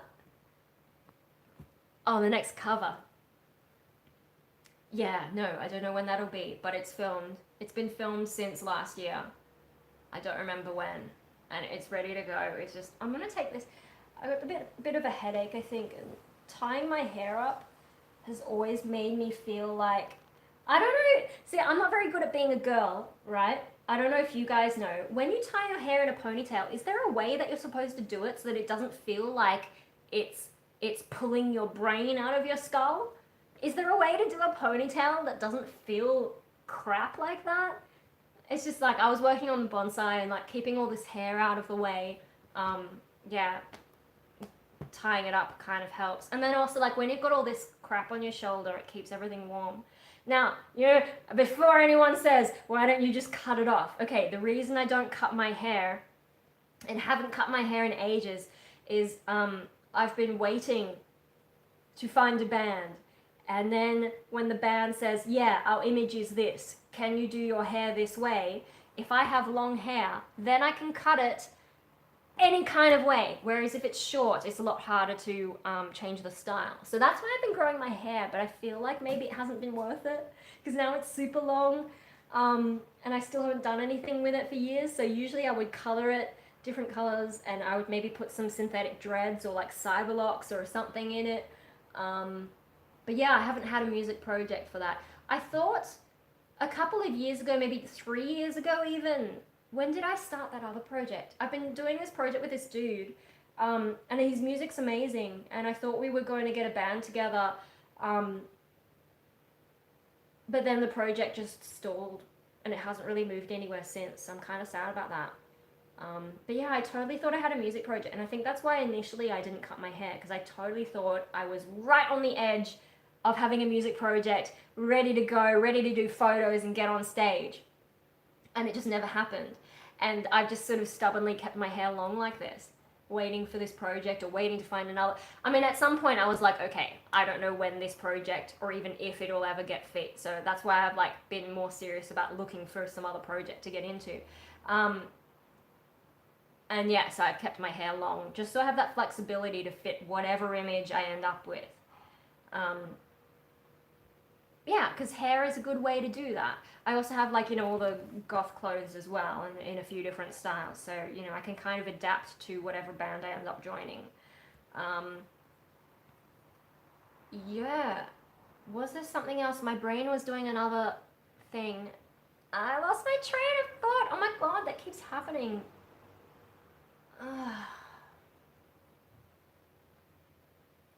Was talking about my hair.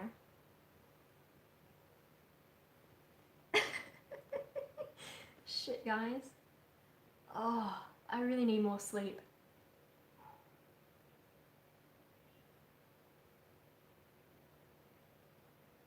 Yeah, anyway. No, the thing about waiting for a project before I do my hair is like, I mean, it's expensive. And while I was depressed, I didn't have a job, so I didn't really have enough money to go do it. And then also once you get it done, especially if you're doing like those bright, crazy alternative colors, those fade. I mean, like, yes, even with regular hair dye, you get root growth. But with those bright colors especially, they fade. And so if you're going to do a photo shoot, you want your hair to be relatively fresh. And so if I joined a band and they're like, look, we want to do all these promo photos, then I would be like, okay, like a few days before the shoot or maybe like a week before so that it settles a bit, I would go get my hair done to be fresh for the photo shoot. Or if they were going to do like a first gig and they wanted to make it like a big deal, then I would get it done so that it's fresh for that. So I'm not very good at being girly, but like I do have that consideration. Once I finally started doing my hair colors and stuff, I had to start learning some of those hair things. And so I keep that in mind. When I actually join something, I want to be flexible in that sense. Well, it's a nice looking house you got there.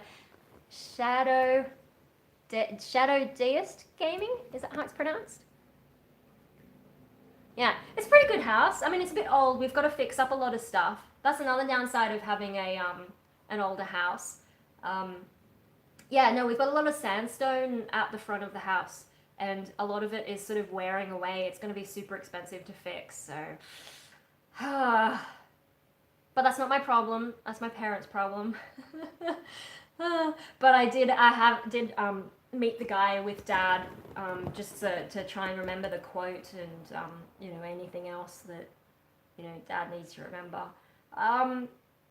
Yeah, no, the maintenance. And then we've got another thing. We did actually renovate.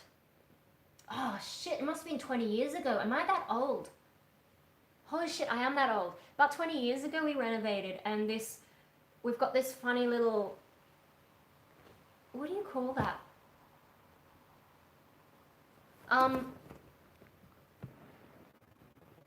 See this sort of roof thing, and it's sort of like, you know, got glass on top. If you look at this corner, see it's got like a little support, a little white beam, sort of like the, hang on, where's my finger? The opposite side of this, see that little triangle? Okay, the opposite side, that side there. Okay, yeah, that thing. So, wow, my brain is like looking at the mirror image and it just freaked out for a moment there. That's how tired I am. Yeah, no, so that corner bit, right? We've had this bougainvillea, and we used to have that sort of glass roofy thingy is replacing an older wooden, like it was really old thing that I grew up with. It looked really kind of tacky before we did those renovations and whatever. We used to have a bougainvillea like weaving through all the beams, and then I think we only had a shade cloth over it back then, not the glass. Anyway, so when we got this done, I think Dad wanted to get the same effect, so he ran the bougainvillea up through the things. The problem is it caused that corner to start rotting, and we only just found out like a year or so ago when pest control was knocking around and they're like, oh shit, that's rotted, you're gonna have to replace it. And so we've got that as well as an expense. Household maintenance is a lot more expensive, like especially now that I'm older and my brain is able to think about those things. I'm like, yeah, shit. We also had to replace a bunch of doors. Like we've got these fancy sliding glass doors as well, like because the old ones were just, I think the entire hinge came off or something. It just broke, and so we also got those folding doors on the other side replaced. And metal, they're metal, so they actually work really nicely. They slide really nicely. There's no more struggling with it. It makes such a huge difference. But yeah, no, the older part of the house has it's got good things like the double brick. They used to build things really solidly, and so the insulation's pretty good. This side of the house, insulation not so good because, you know, new or whatever. And I guess we were probably trying to save money and all that when we did the renovation. That was too long ago. I was still in school when that happened. But yeah, no, the older part of the house, every now and then, you know, you find out some other thing that needs maintenance. You remember when we got the roof fixed? Or some of you might remember that. That was the fault of the guys who built the newer half of the house didn't do the roof properly. Like, you know, they didn't take into account the way water would flow when you get really heavy whatever. So we've had that area leaking for ages, but it's finally been fixed. And that was its own thing, and it's just like, oh my god. I'm really not good at being an adult. I mean, for one thing, yes, I'm living at home with my parents. I did move out for about 9 months, I think. Long enough for a certain person to get pregnant. I was not going to spend my life with someone else's baby in there. Anyway, let's try and not remember those things. Yeah, no, So I tried the moving out of home thing, but I've never paid full rent because like we got cheap rent there, so that was all right. But the whole situation was kind of terrible. I mean, of course, there's good things, but you tend to remember the bad things, and they're the things that make the worst impression on you. Why was I talking about that? Yeah, no. Oh, yeah, I'm bad at being an adult.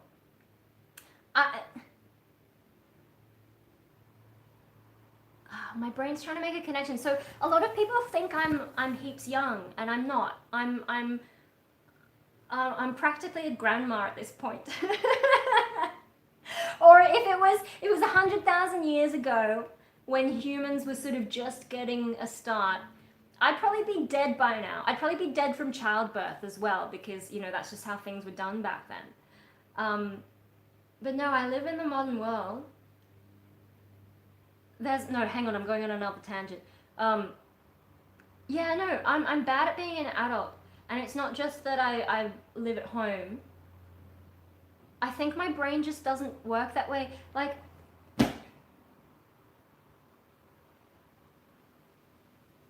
a lot of adult things, my brain just thinks that's not something I do, that's something other people do or older people do. And my brain is just struggling to catch up with the idea that I'm an older person. Although on the flip side, like it's 2020, right? My brain already thinks I'm 32. And so when I'm like, I'm thinking, you know, when you imagine conversations with people and the idea of age comes up, my brain is like, oh yeah, I'm 32. And I'm like, no, you're fucking not. You're not 32 yet. What are you doing? I mean, close enough, but yeah, brain, come on. What are you doing? You're not 32. But otherwise, yeah, no, I tend to think I'm younger. So like, if you think I don't drink alcohol, um, part of that is because of like my own paranoia about, you know, staying in control of what I do. Part of it is because most alcohol tastes like shit, or if it doesn't, you might as well get a soft drink anyway. And then part of it is just like alcohol is a thing adults do, and my brain's like, I'm not an adult. And then like I can drive. I don't own a car, but I can drive. You know, we just don't have space for more cars anyway, and the maintenance is ridiculous. I've done car share a bit, but that's expensive too. So I just borrow one of the family cars anytime I need one. You know, we just sort out all that. Or I can get public transport. The nice thing about public transport is you don't have to find anywhere to park. Because, you know, a lot of places it's such a nightmare. Like, why wouldn't you just park somewhere, like either leave the car at home or park somewhere easy and then just get like a bus the rest of the way. I suppose it depends where you're going. That was one of the problems with when I moved out, is like the public transport out there was shit. But let's not think about that other thought, because that'll be another tangent. No. I suppose like tattoos and stuff. Okay, so tattoos. One of the problems for me with that is, like, I kind of like the idea. People get some really nice stuff. But it's not for me because, for one thing, I wouldn't know how to choose one. Because, you know, you're committing to an artwork for a long period of time. You can get things removed, but it's not that easy, and it's painful and expensive, and blah, blah, blah. So there's that. Also, like, when I finally started seriously looking into tattoos, then I found out about the aftercare, and I'm like, yeah, no, I'm too lazy for that.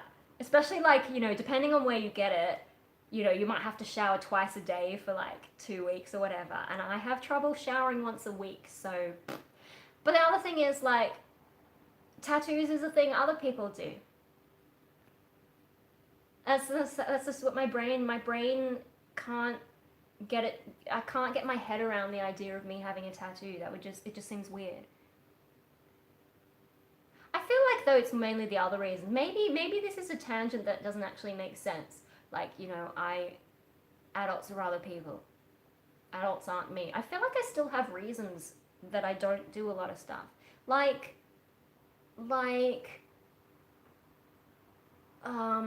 you know, like having kids, for example. Having kids is something that other people do. It's something that adults do, and that doesn't feel like me. But when I really get down to it, actually, I have plenty of reasons not to ever have kids. And some of that comes down to my personality, some of that comes down to my experiences of the world.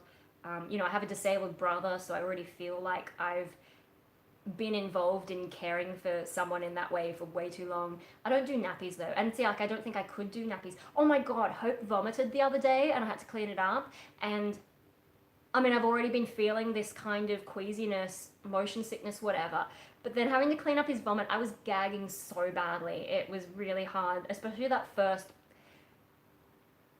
I couldn't deal with that.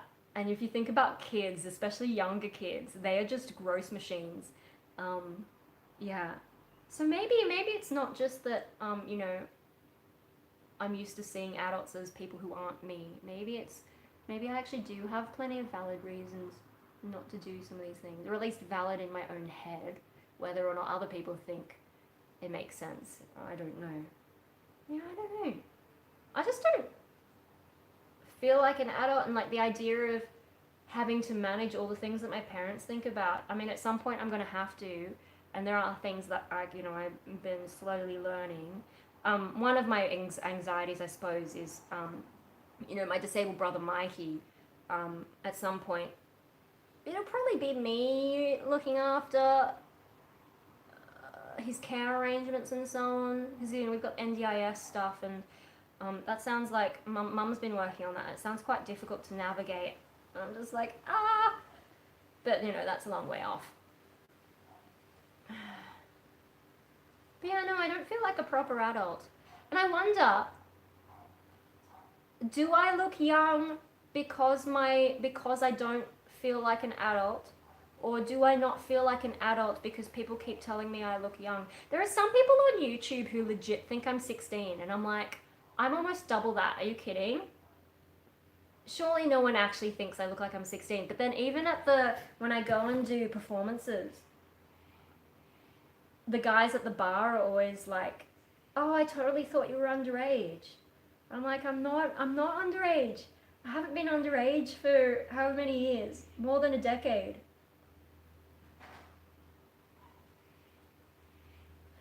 Yeah, no, it's weird. And then one of the paranoias I have is, you know, you when you go to those places, if the bouncer asks for your ID, one day they're gonna look at my ID and just be like, "There's no way this is you." Um, Although I think, like, you know, if you do a fake ID, right? I've never paid attention because I've never needed a fake ID because I've never had that interest in drinking and partying. I'm not good at partying, not into that. Um, but from what I understand of fake IDs is like you try and have it be 18 or 19 or 20 so that, like, you know, it's close to your age, that it could be believable. Whereas I'm 31, and they must look at it going like, why would you have a fake ID that says you're 31 instead of 21? And I just wonder, like, at some point, are they gonna think I have a random fake ID because they don't believe that I'm actually as old as it says? Oh, I don't know. But I don't get out that much at the moment. This is the thing about music, is I think music is also, apart from being like something fun that I like to do, I think it's also the entire basis of my socializing. Because I didn't go out very much until I got into music. And it also took me a few years of, you know, studying music and all that before I actually found local gigs that I was really interested in going to. And so I think, was it 2013 might have been the first year that I really started going to gigs, which is also the year I got into my first proper band. Um, but yeah, so when Rainbow Death Ray went on hiatus, that was because I was badly depressed and it just got to the point where I couldn't perform anymore. And come on, brain, focus. So once I was depressed, I mean, of course I was depressed and you don't want to do as much stuff, but I wasn't in in an active band. I mean, the band hasn't officially ended, but I think it's pretty much over at this point. Anyway, so I wasn't in an active band, and so I just wasn't going to gigs. I did go to the occasional gig, but not really. Being depressed didn't help. But now I'm healthy again, right? And I'm getting into music again and all that kind of stuff. But I still don't go to gigs, and I think it's because I'm not actually that involved in music. Like, I go to my own open mics, but yeah, I've struggled to find gigs to go to, like occasionally, but not as much as I used to go to gigs. And I'm just sort of like, shit, maybe I need to be in a band just to be like social as well. Otherwise, I just stay at home way too much, which isn't really healthy. Um, yeah, so those are things. You guys have let me ramble for a really long time, hey? Oh, fuck! It wasn't showing me your messages. Okay, so do your parents give you shit for still being at home? No, I have a disabled brother, so it actually helps that I've got two brothers. One of them's disabled. Both me and my other brother, we both live at home. One of the good things about that is it means like we can all take turns helping out with the disabled one. My other brother is also a really caring dude, so I think he actually worries a lot. Whereas I did try moving out, and to some extent, like, having a disabled brother is difficult. But you know, it's kind of also nice that everyone sticks together. A lot of families who have disabled siblings don't stay together. So yeah, we're a bit unusual in that sense. And I think we've done well considering. Like, you know, I've been exposed to that world, and yeah, there's a lot of people who just don't cope so well. So I like the way that my family is. I think people worry that maybe my other brother and I, maybe we're somehow limiting our lives by doing this. But I think it's just like the kinds of people we are. Like my family and this my household, we're not that social people. But we get on really well together and we support each other, and I think that just works for us. So it's not what other people do, but for our situation, it's really good. I thought you were implying you got pregnant. Oh God, no, no, no, no, no, no, no. Oh my God, no. I'm a fur mum. I'm happy with puppies. So where's my Hobie? He's gone somewhere, and that'll do me. I think if I was ever going to have a family, God knows how that would happen, because I'm not doing the dating thing anymore. That's well and truly over. But if I was going to have a family, I think, to be honest, I would adopt, just so you miss that phase where they're really, you know, kids are really gross. At least when they're like, they can look after themselves a little bit more. I don't think I would do it though. I'm just not that kind of person. I would just adopt fur babies. You know, if my parents, if I was living on my own, I don't know that I'd be a crazy cat lady, but I might be a crazy dog lady or a crazy guinea pig lady or just a crazy lady. I am a crazy lady anyway, but I would be more down that route. So yeah, no kids for me. It's just not who I am. I have no desire for that. I mean, every now and then I have the thought, like, if I, like, you know, if I see someone doing something stupid with their kid, I was like, if I had a kid, I would have told it to do that or whatever. That's about as far as it gets. But I don't, especially because I get depressed and stuff. I don't think I'm mentally stable enough for a kid anyway. And then I wouldn't want to, like, I've had biological depression, not just like thought-based depression. Although, where do you draw the line? I don't know. But if there's a chance that my depression is genetic, the last thing I want to do is pass it on to some other little shitty kid who's just going to be a little shit and feel miserable anyway. Also, if you want to be environmentally friendly, the best thing you can do is not have kids. Which I don't really give that much of a shit about the environment. Like, not,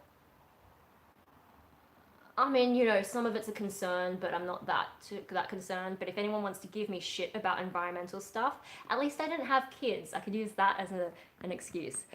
Do you smoke? No, I don't smoke. What time is it? Okay.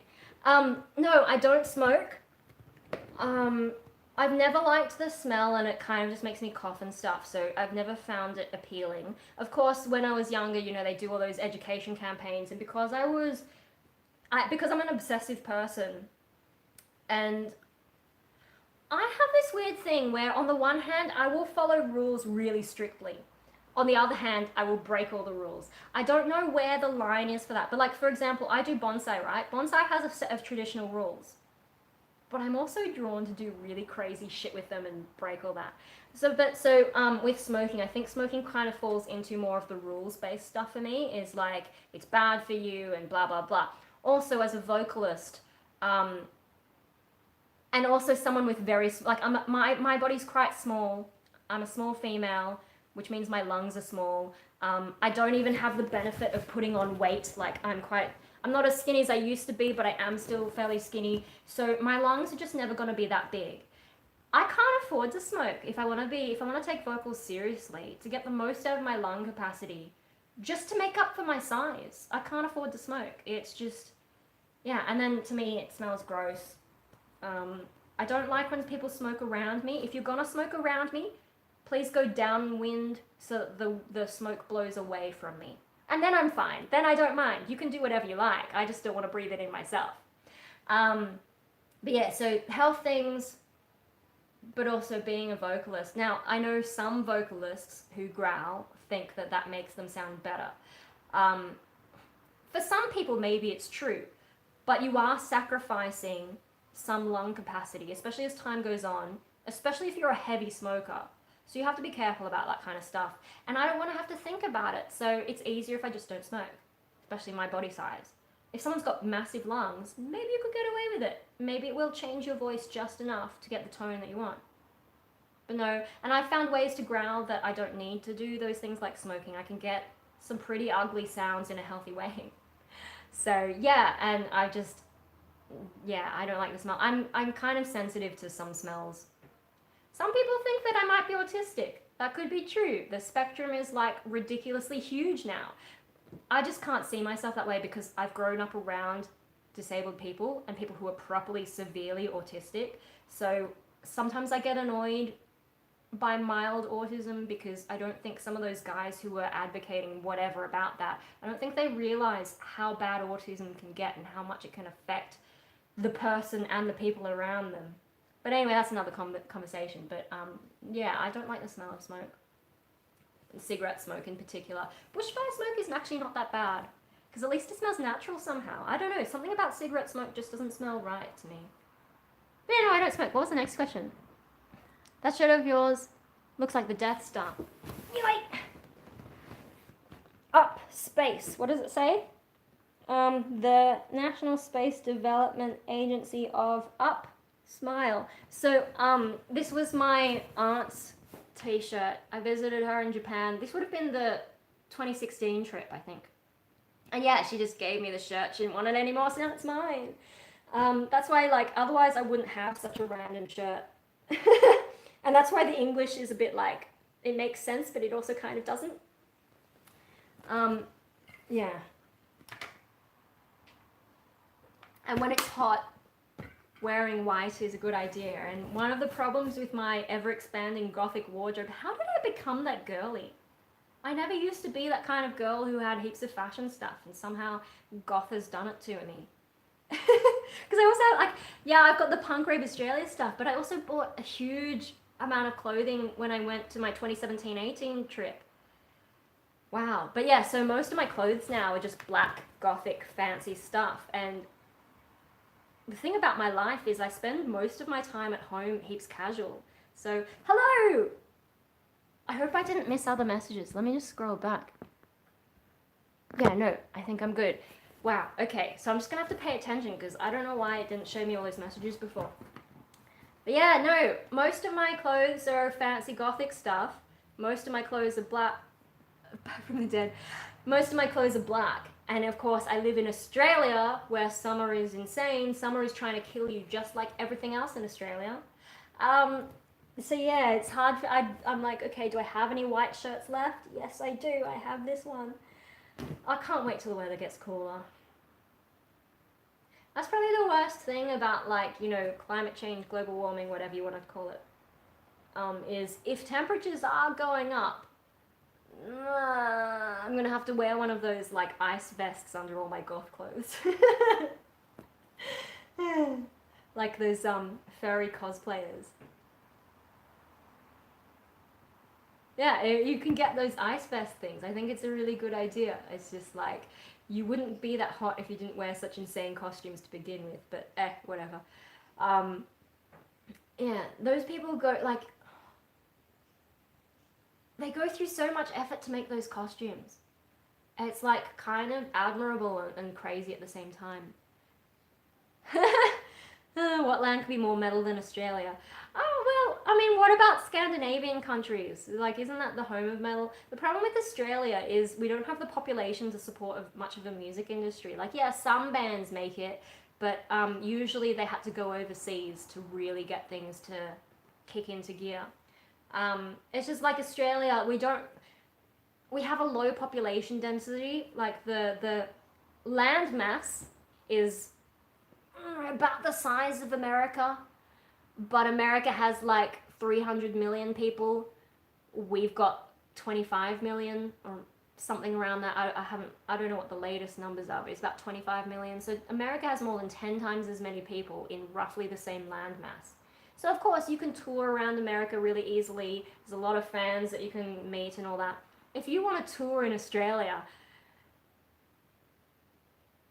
yeah, too much petrol. It takes you forever to get to the next city, and then the city doesn't have that many people, relatively speaking. You can do the east coast of Australia, but if you want to go to like the south or the west, oh my god, you just have to catch a plane and, you know, hope someone knows who you are. Very difficult in Australia. So like, yeah, Australia's metal in the sense that, like, you know, we have drop bears and shit. but for the actual metal scene, yeah, very difficult. You really have to try and go international. Either go to America or go to Europe. That's the reality of the thing. The girls in Rainbow Death Ray, I think they kind of wanted to tour, but I was like, nah, guys, we've got to wait until we've actually got some kind of decent following. Problem is, I didn't really know as much about music marketing as I do now. But also, like, Rainbow Death Ray was never meant to be a serious band. Like, it sort of became a lot more serious than I meant it to be. It was just meant to be a thing for fun because I couldn't find a band and I was kind of tired of guys using music as a pickup line with me. So I was like, fuck it, I'll just make a girl band. I already know all these musicians. And of course, none of those musicians ended up in the final band, but you know, it's funny how those things evolve. And then, yeah, we ended up with doing an EP and all that. That's so much more serious than it was meant to be. It was meant to be a just for fun kind of band, and it evolved. And so for me, like, Rainbow Death Ray was never quite the music that I wanted to make because, see, I had to write the music, but my guitar skills were shit. Most of the music in Rainbow Death Ray was written by me. Yeah, and my guitar skills are shit, so I cover for it with a bunch of weird electronic stuff going on. Maybe more vocal focus than some other people do. It also had, like, it had a lot more of a pop feel, I think, as a result. And so it was never quite the band that I wanted to be in. I wanted to be in a more aggressive band. Like, Winter Gaunt was good. That was that sort of prog metal band I was in, my first proper band. Problem is, I'm not that into the real prog thing. Like, some of the song structures were just a little bit overcomplicated, and you know, you can do complicated in music, but it's hard to do it well because sometimes it just becomes so convoluted. You lose the audience. Yeah, and so there was at least one song that I thought was really inaccessible. Some of the others were quite enjoyable, but we never wrote enough and the band didn't last long enough. I think the band had been going for 6 years before I joined, but they hadn't had a singer for ages and they'd had a few lineup changes and they didn't really take marketing seriously, and yeah, but it was, getting back on topic, Winter Gaunt was much more the kind of music I was into, whereas Rainbow Death Ray was, yeah, a little bit too pop, a little too soft. Apparently I'm still live. I think I'm still live. It said it was reconnecting. Yeah, anyway, so just give me a yell if you can still see me, because one time it reconnected and didn't work so well, and I probably don't want to go on more rants if it's just gonna fuck up and not do anything.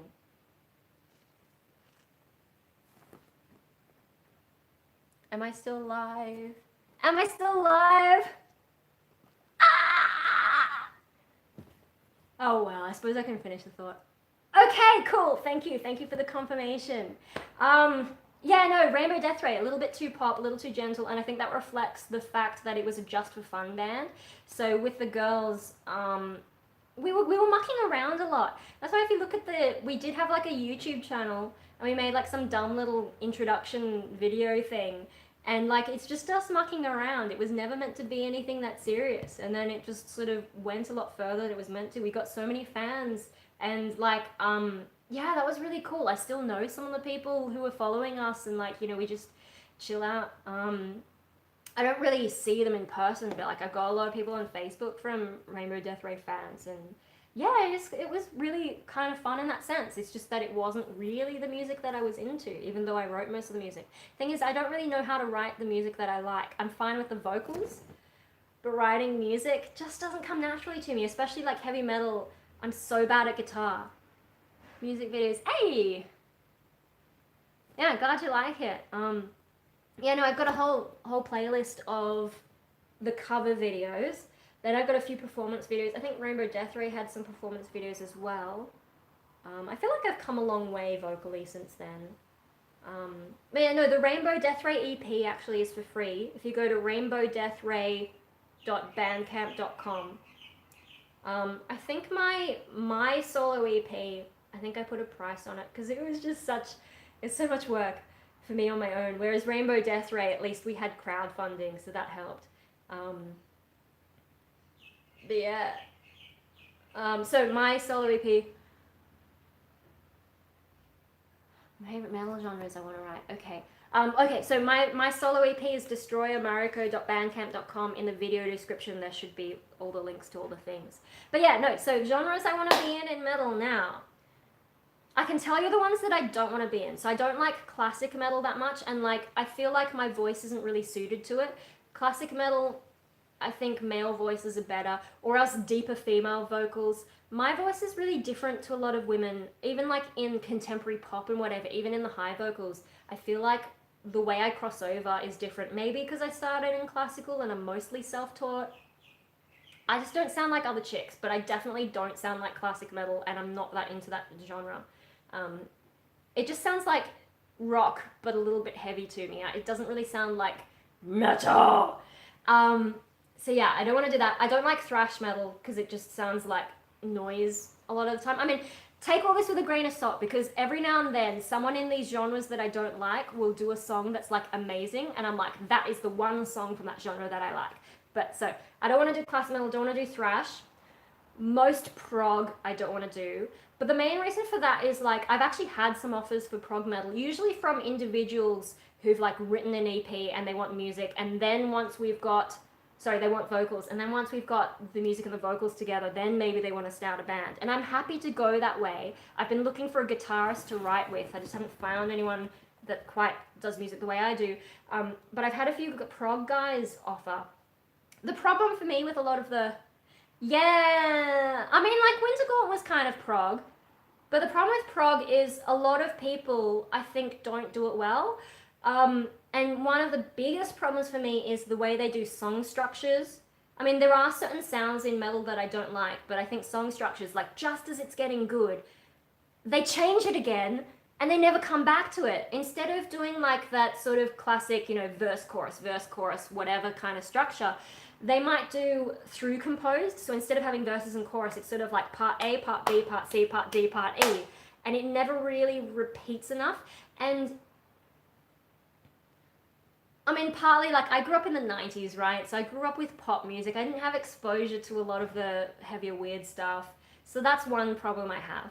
My brain works more in verse chorus, and I like to construct my songs with a story in that way. So each verse I'll build up a new idea and come back to like a main idea in the chorus, and that's kind of the way I tend to write. With some of those A, B, C, D through composed kind of stuff, it's hard to know where they're trying to go with the song. And then sometimes when I ask them, so what is your idea for this song? Like, did you have a theme? When I'm working with other people in music, like I could be that kind of dictator vocalist who is like, the song is about this. But when someone's writing music, sometimes they've had an idea of roughly where they want to go. So I always try and ask, what were you thinking about? What inspired you this song? And then I try and weave a narrative with combining my ideas with the person who actually wrote the music. Because yeah, I could write my own thing, but we should both enjoy that kind of stuff. But also, if they give me an idea of what they were thinking, then I can navigate the song better and sort of go, okay, even though it's an A, B, C, D, E progression kind of thing, they did have an end goal in sight, and maybe I can weave the vocals to get there, right? It helps if you have some repetition though, because, especially for a listener, trying to take all that in, you need to have a little bit of repetition to really get the message across. But even if they didn't have that, if the person could tell me, okay, this part is this part of the journey, B is this part of the journey, C is this, that, then maybe I could write to that music. But some of these prog guys, they're just mucking around on guitar. This sounds cool, this sounds cool, this sounds cool. But there's no story to it, if that makes sense. Like, I don't know where they're trying to go. And if they don't have their own idea already, that means I have to come up with it. But I don't know what they were thinking, jumping from thing to thing, and there's no coherence. And yeah, I can't do that kind of thing. So that kind of prog where the song structure is all out of whack. No, and sometimes like it's out of whack in a bad way. Like I do listen to some music where it is a bit more proggy and they do have interesting song structures, but they actually have crafted it in a way that makes sense and flows well. But some of the guys who've sent me tracks, it just sounds like a mess and I don't know where it's going. Now, sometimes I do wonder if that's my own limitation. Like, do I not have the imagination? Because sometimes when you listen to one of those prog songs, maybe the vocalist has actually added the coherence to the song, and maybe that's what my job is. But sometimes I just really struggle with that. What was that question? How safe is Australia? Australia's fine. It's only like a handful of places that have burned. Most places, I mean, there's still a fair few fires, but like they're only in these certain places. Sydney is fine. There was like one fire in the northern suburbs ages ago, and they just dropped some retardant on it and it's fine. So the cities are fine. I wouldn't worry about Australia. I'm fine. The worst we ever get is a bit of smoke. Just chuck on a P2 mask and you're sweet. I haven't had to use my P2 mask because I don't go out enough. Yeah, Australia, like, if you're planning a trip to Australia, just check the actual place that you're going to. And if there's no fires there and no warnings or whatever, it's fine. Don't worry about it. Yeah, most of Australia is actually fine. If you've seen maps that show the entire continent on fire, it's bullshit. That's not what's happening. There was one in particular where the glow was exaggerated and made it look like these massive fires were happening. Yes, the fires have been big, but not that big. So yeah, I don't know. A lot of people have been asking me, "Are you okay? Are you safe from the fires?" I'm like, dude, I live in the middle of Sydney. I'm fine. Yeah. So yeah, no, the fires. If you live in the particular places where the fires are happening, yeah, things have been pretty shit. There have been some dramatic scenes, like we having to send in the Navy to evacuate people from some of those towns. That's pretty extreme. But for the rest of Australia, we don't see a lot apart from some of the bushfire smoke. Yeah, anyway, what was the question before? Oh, okay, the genres of metal. Okay. Like Rush or Dream Theater and others are prog that still have coherent rock repetition. I want to check that. I think I don't know Rush, but I think I've looked at Dream Theater. It was a long time ago, but I wasn't that into it. Maybe now that I'm older and more open to stuff, maybe I'd be okay with it. But yeah, no, generally prog isn't my thing.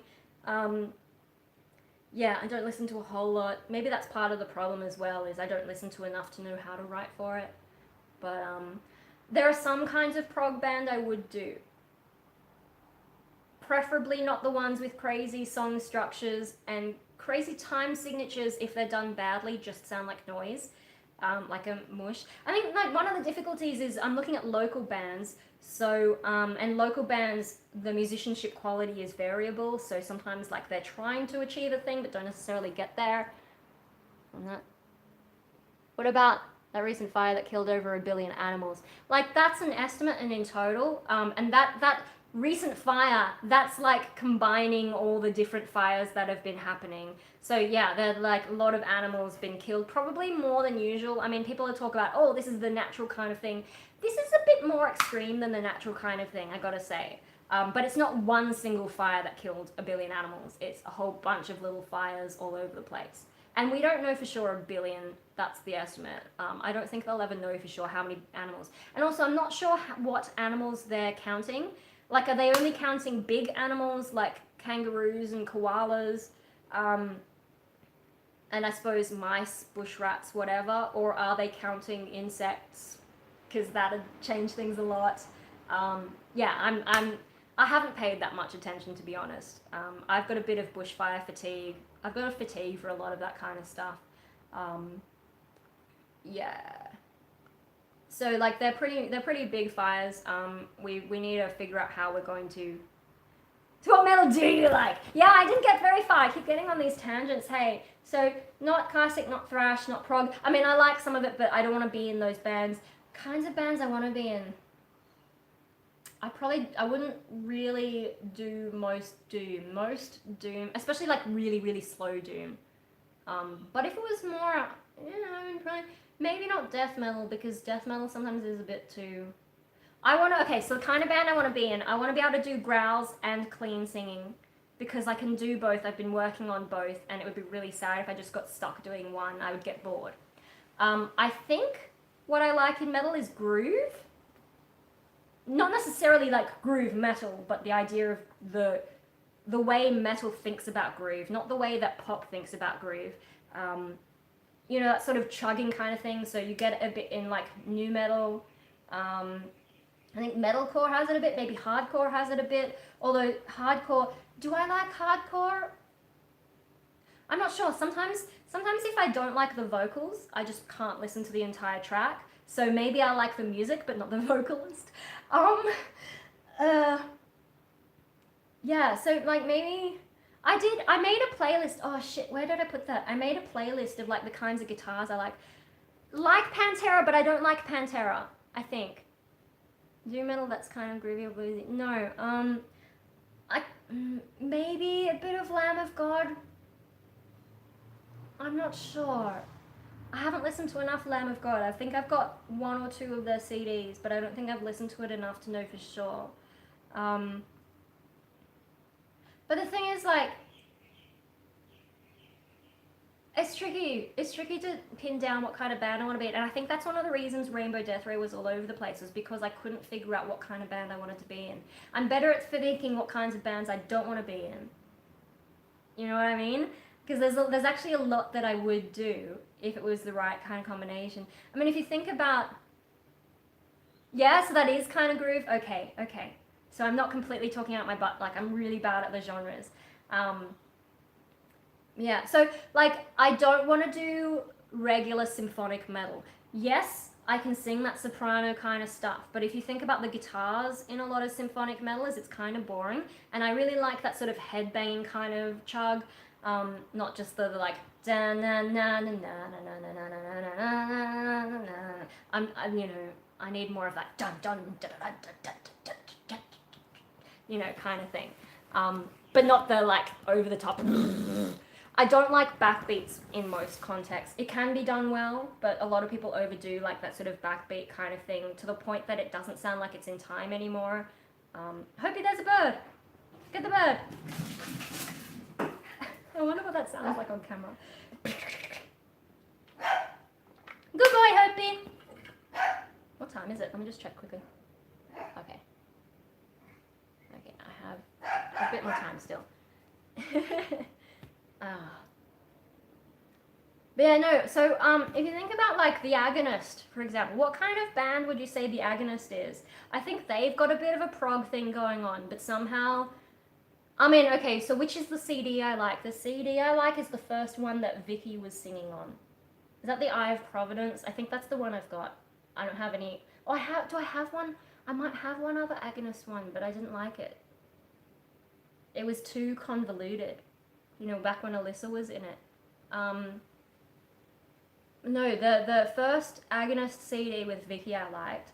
I couldn't listen to the second one. Like, I heard one track and her growling style just pissed me off. There's like this tone in it that I just didn't like. And then after that, I kept hearing it in her first CD with them, but not as badly. So I can still listen to that one. I think she's sort of done a lot of work on her growls since then, though. And actually listening to her do lows is how I sort of figured out, oh shit, if she can do that low, I can do that low. So I've sort of slowly been figuring out how to go lower with like, it's ugly. It makes your face really ugly, but it makes me sound a lot better than just me being my golly high voice.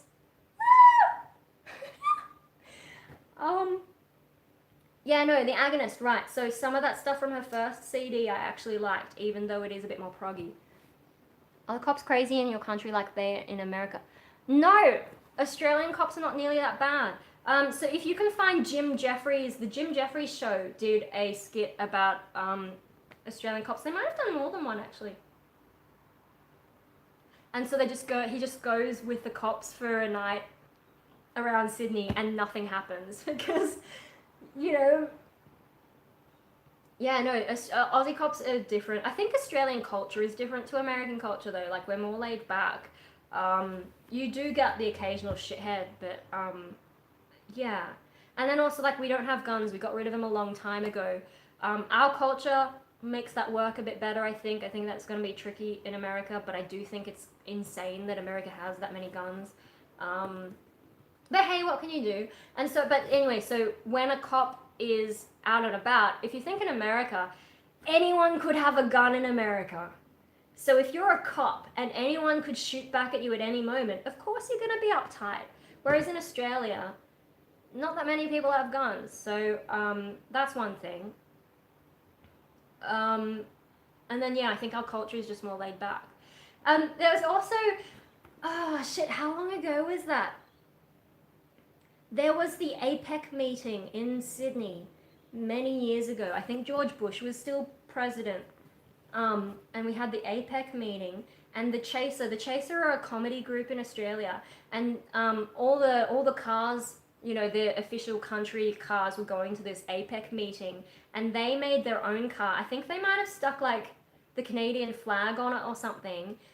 They had passes that said like fake pass, or you know, they had fake passes that were obviously fake passes, and they managed to get through security. And then they didn't think they were going to get that far. If you find the video of this, it's just like, wow. So they get through security with this car with fake flags and fake passes and all this kind of stuff. And they're like, shit, we've actually gone really far. And they were a bit worried, like if they went to right to the end, I think they were worried that shit would go down. So they stopped. They got like one of their dudes out wearing like the sort of Secret Service looking kind of gear. He gets out and he's like, oh, we're going to turn the car around or something. And then they got a guy out who was dressed like Osama bin Laden. And when that happened, like, you know, and that is the moment that all the security realized that this was bullshit. This was like a comedy spoof or whatever, is when Osama bin Laden gets out of the car. And one of the comments that sort of went around at the time is that, had it been America, the guy dressed as Osama and potentially like all the people in the car, they might have been shot at if it was American cops. But because it was Australia, you know, Australian cops are like, oh, here we go with that sort of, you know, ridiculous Aussie humor. We've got to go and arrest these fuckheads now. Yeah, I think the cultural difference is just like that, you know. Yeah, I think Australian cops don't always get it right. I don't pay a lot of attention, but I get the vibe that things are sometimes worse in Victoria, but I'm not sure about that. But yeah, it's completely different to America. So I wouldn't say ours are that crazy, but like, of course, in any group of people, you're gonna have a crazy person and shit's gonna happen. But culturally, I think we're doing all right. What was the next question? Is the censorship bad over there in Australia? Thing is, I don't watch a lot of mainstream TV. So I watch YouTube. Censorship. I know there's like some bias in the media, especially if you watch on the ABC, there's a program called 7:30. Their reporting is so bad. Yeah. The standard of journalism in that is just ridiculous. It might as well be a current affairs program on a commercial station. It's that bad. I don't watch a lot of the commercial stations. They're a little bit too tacky for me. On YouTube, sometimes I watch a bit of Sky News Australia. Now, if you want to watch that normally, you have to go through Foxtel, I think. Which Foxtel is dying, let's be real. It's going to get taken over by streaming. Like, even once our contract runs out, I think we're going to switch to streaming, because like now there's that sports streaming thing, so the boys don't want Foxtel anymore. Yeah, no, Sky News Australia, they're the epic right-wing channel. But every now and then they say shit and you're like, is that true? And or maybe they'll make a point and you're like, actually that's a damn good point. Now I think like they're you're very intelligent and Look, my brain works in a particular way. So I'm good at some things and not good at other things. I'm bad at people-related things. If you think about like emotional intelligence, which is a thing these days. But when it comes to learning stuff, I think it's because I get bored easily. So I get bored and then I want to learn the next thing. And then I learn too much of that. And then I get bored and I'm like, nah, fuck it, I'm going to learn the next thing. So I know a little bit about a lot of things. And I have basic skills in a lot of things. But I'm not an expert in anything because I just can't stick to anything that long. So you were an introvert. Yeah, I know I'm like on YouTube and I'm all like, hey guys. And I also perform as a musician and you're like, she must be extroverted. But no, I'm an introvert. It took me a long time to be less shy. And I still get like a bit of pre-performance anxiety when I'm going on stage. But yeah, no, I'm an introvert. I'm better at socializing than I used to be, but I still don't do it that often. I'm quite happy just sitting on my own. Yeah. Yeah, no, my brain, especially when I'm tired like today, my brain's just like, hey! oh, oh, shit. What was I rambling about before? Oh, the censorship thing. Yeah, I don't know. I mean, there's been some high-profile cases lately, like that rugby player who wrote on Twitter that thing. I mean, the thing that everyone zooms in on is he said that, like, gay people are going to hell. But he also basically said everyone's going to hell.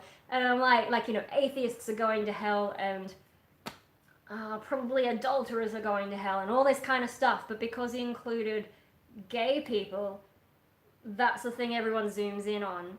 And he got kicked out of the rugby or something for it, but eventually they settled. I didn't follow the case closely enough, but there's that kind of thing that did happen. But I get the impression that censorship isn't as bad here yet as it is in some other Western countries. Like, I haven't followed that closely, so grain of salt with all the bullshit I'm saying. But it sounds like in, like, Britain, maybe there's more, like, speech codes, and also Canada. G Mafia? What's G Mafia? It's getting strong worldwide. I don't know what G Mafia is. See, like, I only sort of pay, like, tangential attention to some of this stuff. Sometimes I watch that Sargon guy. What are your thoughts on Trump? Okay, so mostly I don't like Trump because he's kind of gross. And the American voting system is really weird. Gay mafia. Oh. Hey, look, there's a lot of social groups. I think this is a problem with activism in general, is a lot of people come up with what seems like a good idea to start with. And if you just stuck with that, it'd be fine. But the problem with most groups, and it doesn't matter what side of politics you're on, when you get people into a group around a cause, what tends to happen is the most extreme people, they tend to be the most passionate. And so they rise to positions of leadership within the group. And then they gradually push the whole group to an extreme. So a group might start out with good intentions, but then it gets out of control and you're just like, oh my God. So, like, there are some sensible groups that manage to stay kind of chill, but a lot of them get pushed to an extreme. And that's why you've got left-wing crazy groups and right-wing crazy groups. And it's just like, I mean, like, if you ever have vegetarian friends who only hang out with vegetarians, I don't know if you guys have noticed this, but if they just talk to each other all the time, inevitably, most of them will end up vegan. And I think it's part of that, it's the echo chamber thing, right? If you get a bunch of people with the same ideas who hang out together and they only hear their ideas, I feel like there's a tendency to become more extreme. And I think that's just the nature of groups. And it's possibly also the nature of humanity. If you think about how we evolved, right? We stuck together in groups. You know, like, if you look at a human compared to a lot of other animals, physically we're not that impressive. The way we get through the world is through intelligence and socializing. And so, like, being in a group is really important. And I think that, you know, there's a lot of things that we evolved that aren't as important in modern society. So those things tend to trip us up. We still have that tendency to focus on our groups. And are you okay, Hoopy? He's acting a bit strangely. Anyway, so if you, like, with the groups thing, we're just drawn to groups of people who have the same ideas as us because in evolution that helped us survive, right? And I think that just sort of breeds more and more of this kind of stuff. And then, you know, with the way leadership works and who's the most passionate, who's the most extreme, they're the ones who start dragging it to a crazy place. Anyway, back to the question about Trump. So if you just want, like, the no nuance, I don't like him. But if you want me to look at the nuance, like, I've watched some more right-wing conservative American YouTubers. The main one would be, like, Blair White. She's very interesting. Every now and, like, and then even on my own as well, every now and then I'm like, okay, so there's some things he's doing that actually aren't that bad. There's also some things he's doing that only he could get away with that maybe needed to be done. Now, whether or not it leads to a result that is actually good, That's another question. But for example, like challenging China probably needed to be done. I don't know if he's going to get to a point where like he actually makes a positive difference, but maybe someone needed to try. So Trump, like, you know, like most things in life, I don't want to see it as a black and white kind of thing. Like overall, I think he's a twit. I don't like him. He's gross, and the American system is just fucked anyway. America is, I mean, asbestos is still technically legal in America, and that just weirds me out when I found that out. So yeah, Trump, it's an interesting question, and I also don't follow closely enough. I've got Trump fatigue, like a lot of people, so, you know. But yeah, that's sort of like, mostly I don't like him, but every now and then I'm like, that thing that he did maybe needed to be done. Now, there's a few things that popped up. So, they have the strongest social media activists. That's probably because left-wing people tend to be young, and young people tend to be on social media. That explains that. Protects the Second Amendment. I don't give a shit about the Second Amendment, but then I'm Australian, so of course I wouldn't. Yeah, the guns thing is something I find weird about America. I can understand like 200 years ago, whenever the fuck, the Second Amendment, you know, probably, yeah. But now the government has bombs and shit. I don't know. But I think the American system is fucked anyway, and guns aren't going to fix what's wrong with America, unfortunately. You know, you can't even use it that way, so hey. Asbestos is a great insulator. It depends where you use it. It doesn't have to be in areas with human contact. Hey, a lot of things are like that, but, you know, like the reason everyone has to wear seatbelts is because enough of us fuck up that everyone has to join in the safety thing. It's a little bit like, where do you draw the line, you know, with like nanny state things versus like things that are responsible to do. Like, it's a tricky thing, sometimes. And asbestos is something that is dangerous enough and gets fucked up enough that, yeah, it's, I don't know, and there's alternatives now as well. That's one of the things about technology is even if you had a technology that was good for something and now isn't. Let me just check. I hope someone's not home yet. It's 3 o'clock, so I might have to leave at any moment. So if I run off and don't say goodbye, that's what's happening. Let's hope he is. But I think he's just reacting to like people walking by. It's the first day of school here in Sydney, so you know probably there's going to be school kids walking past, and he's going to be walking a lot. Anyway, yeah, no.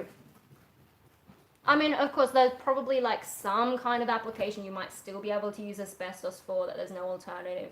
But I'm just like, I think in America it's still legal for anything as long as it's not like a new use. But I haven't looked at it in a long time. Do you work out?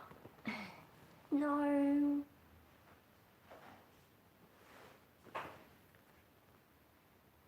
Hang on.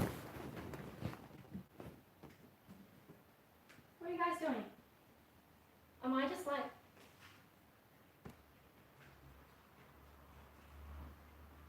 Oh, it's Mum! Alright, I have to go. Bye. How do I... No. Actually, hang on. Maybe I'll just check the last questions, but... large kind of...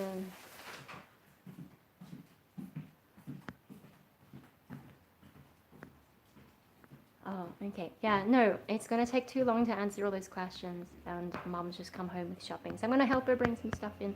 Bye, guys. Sorry to cut it off short.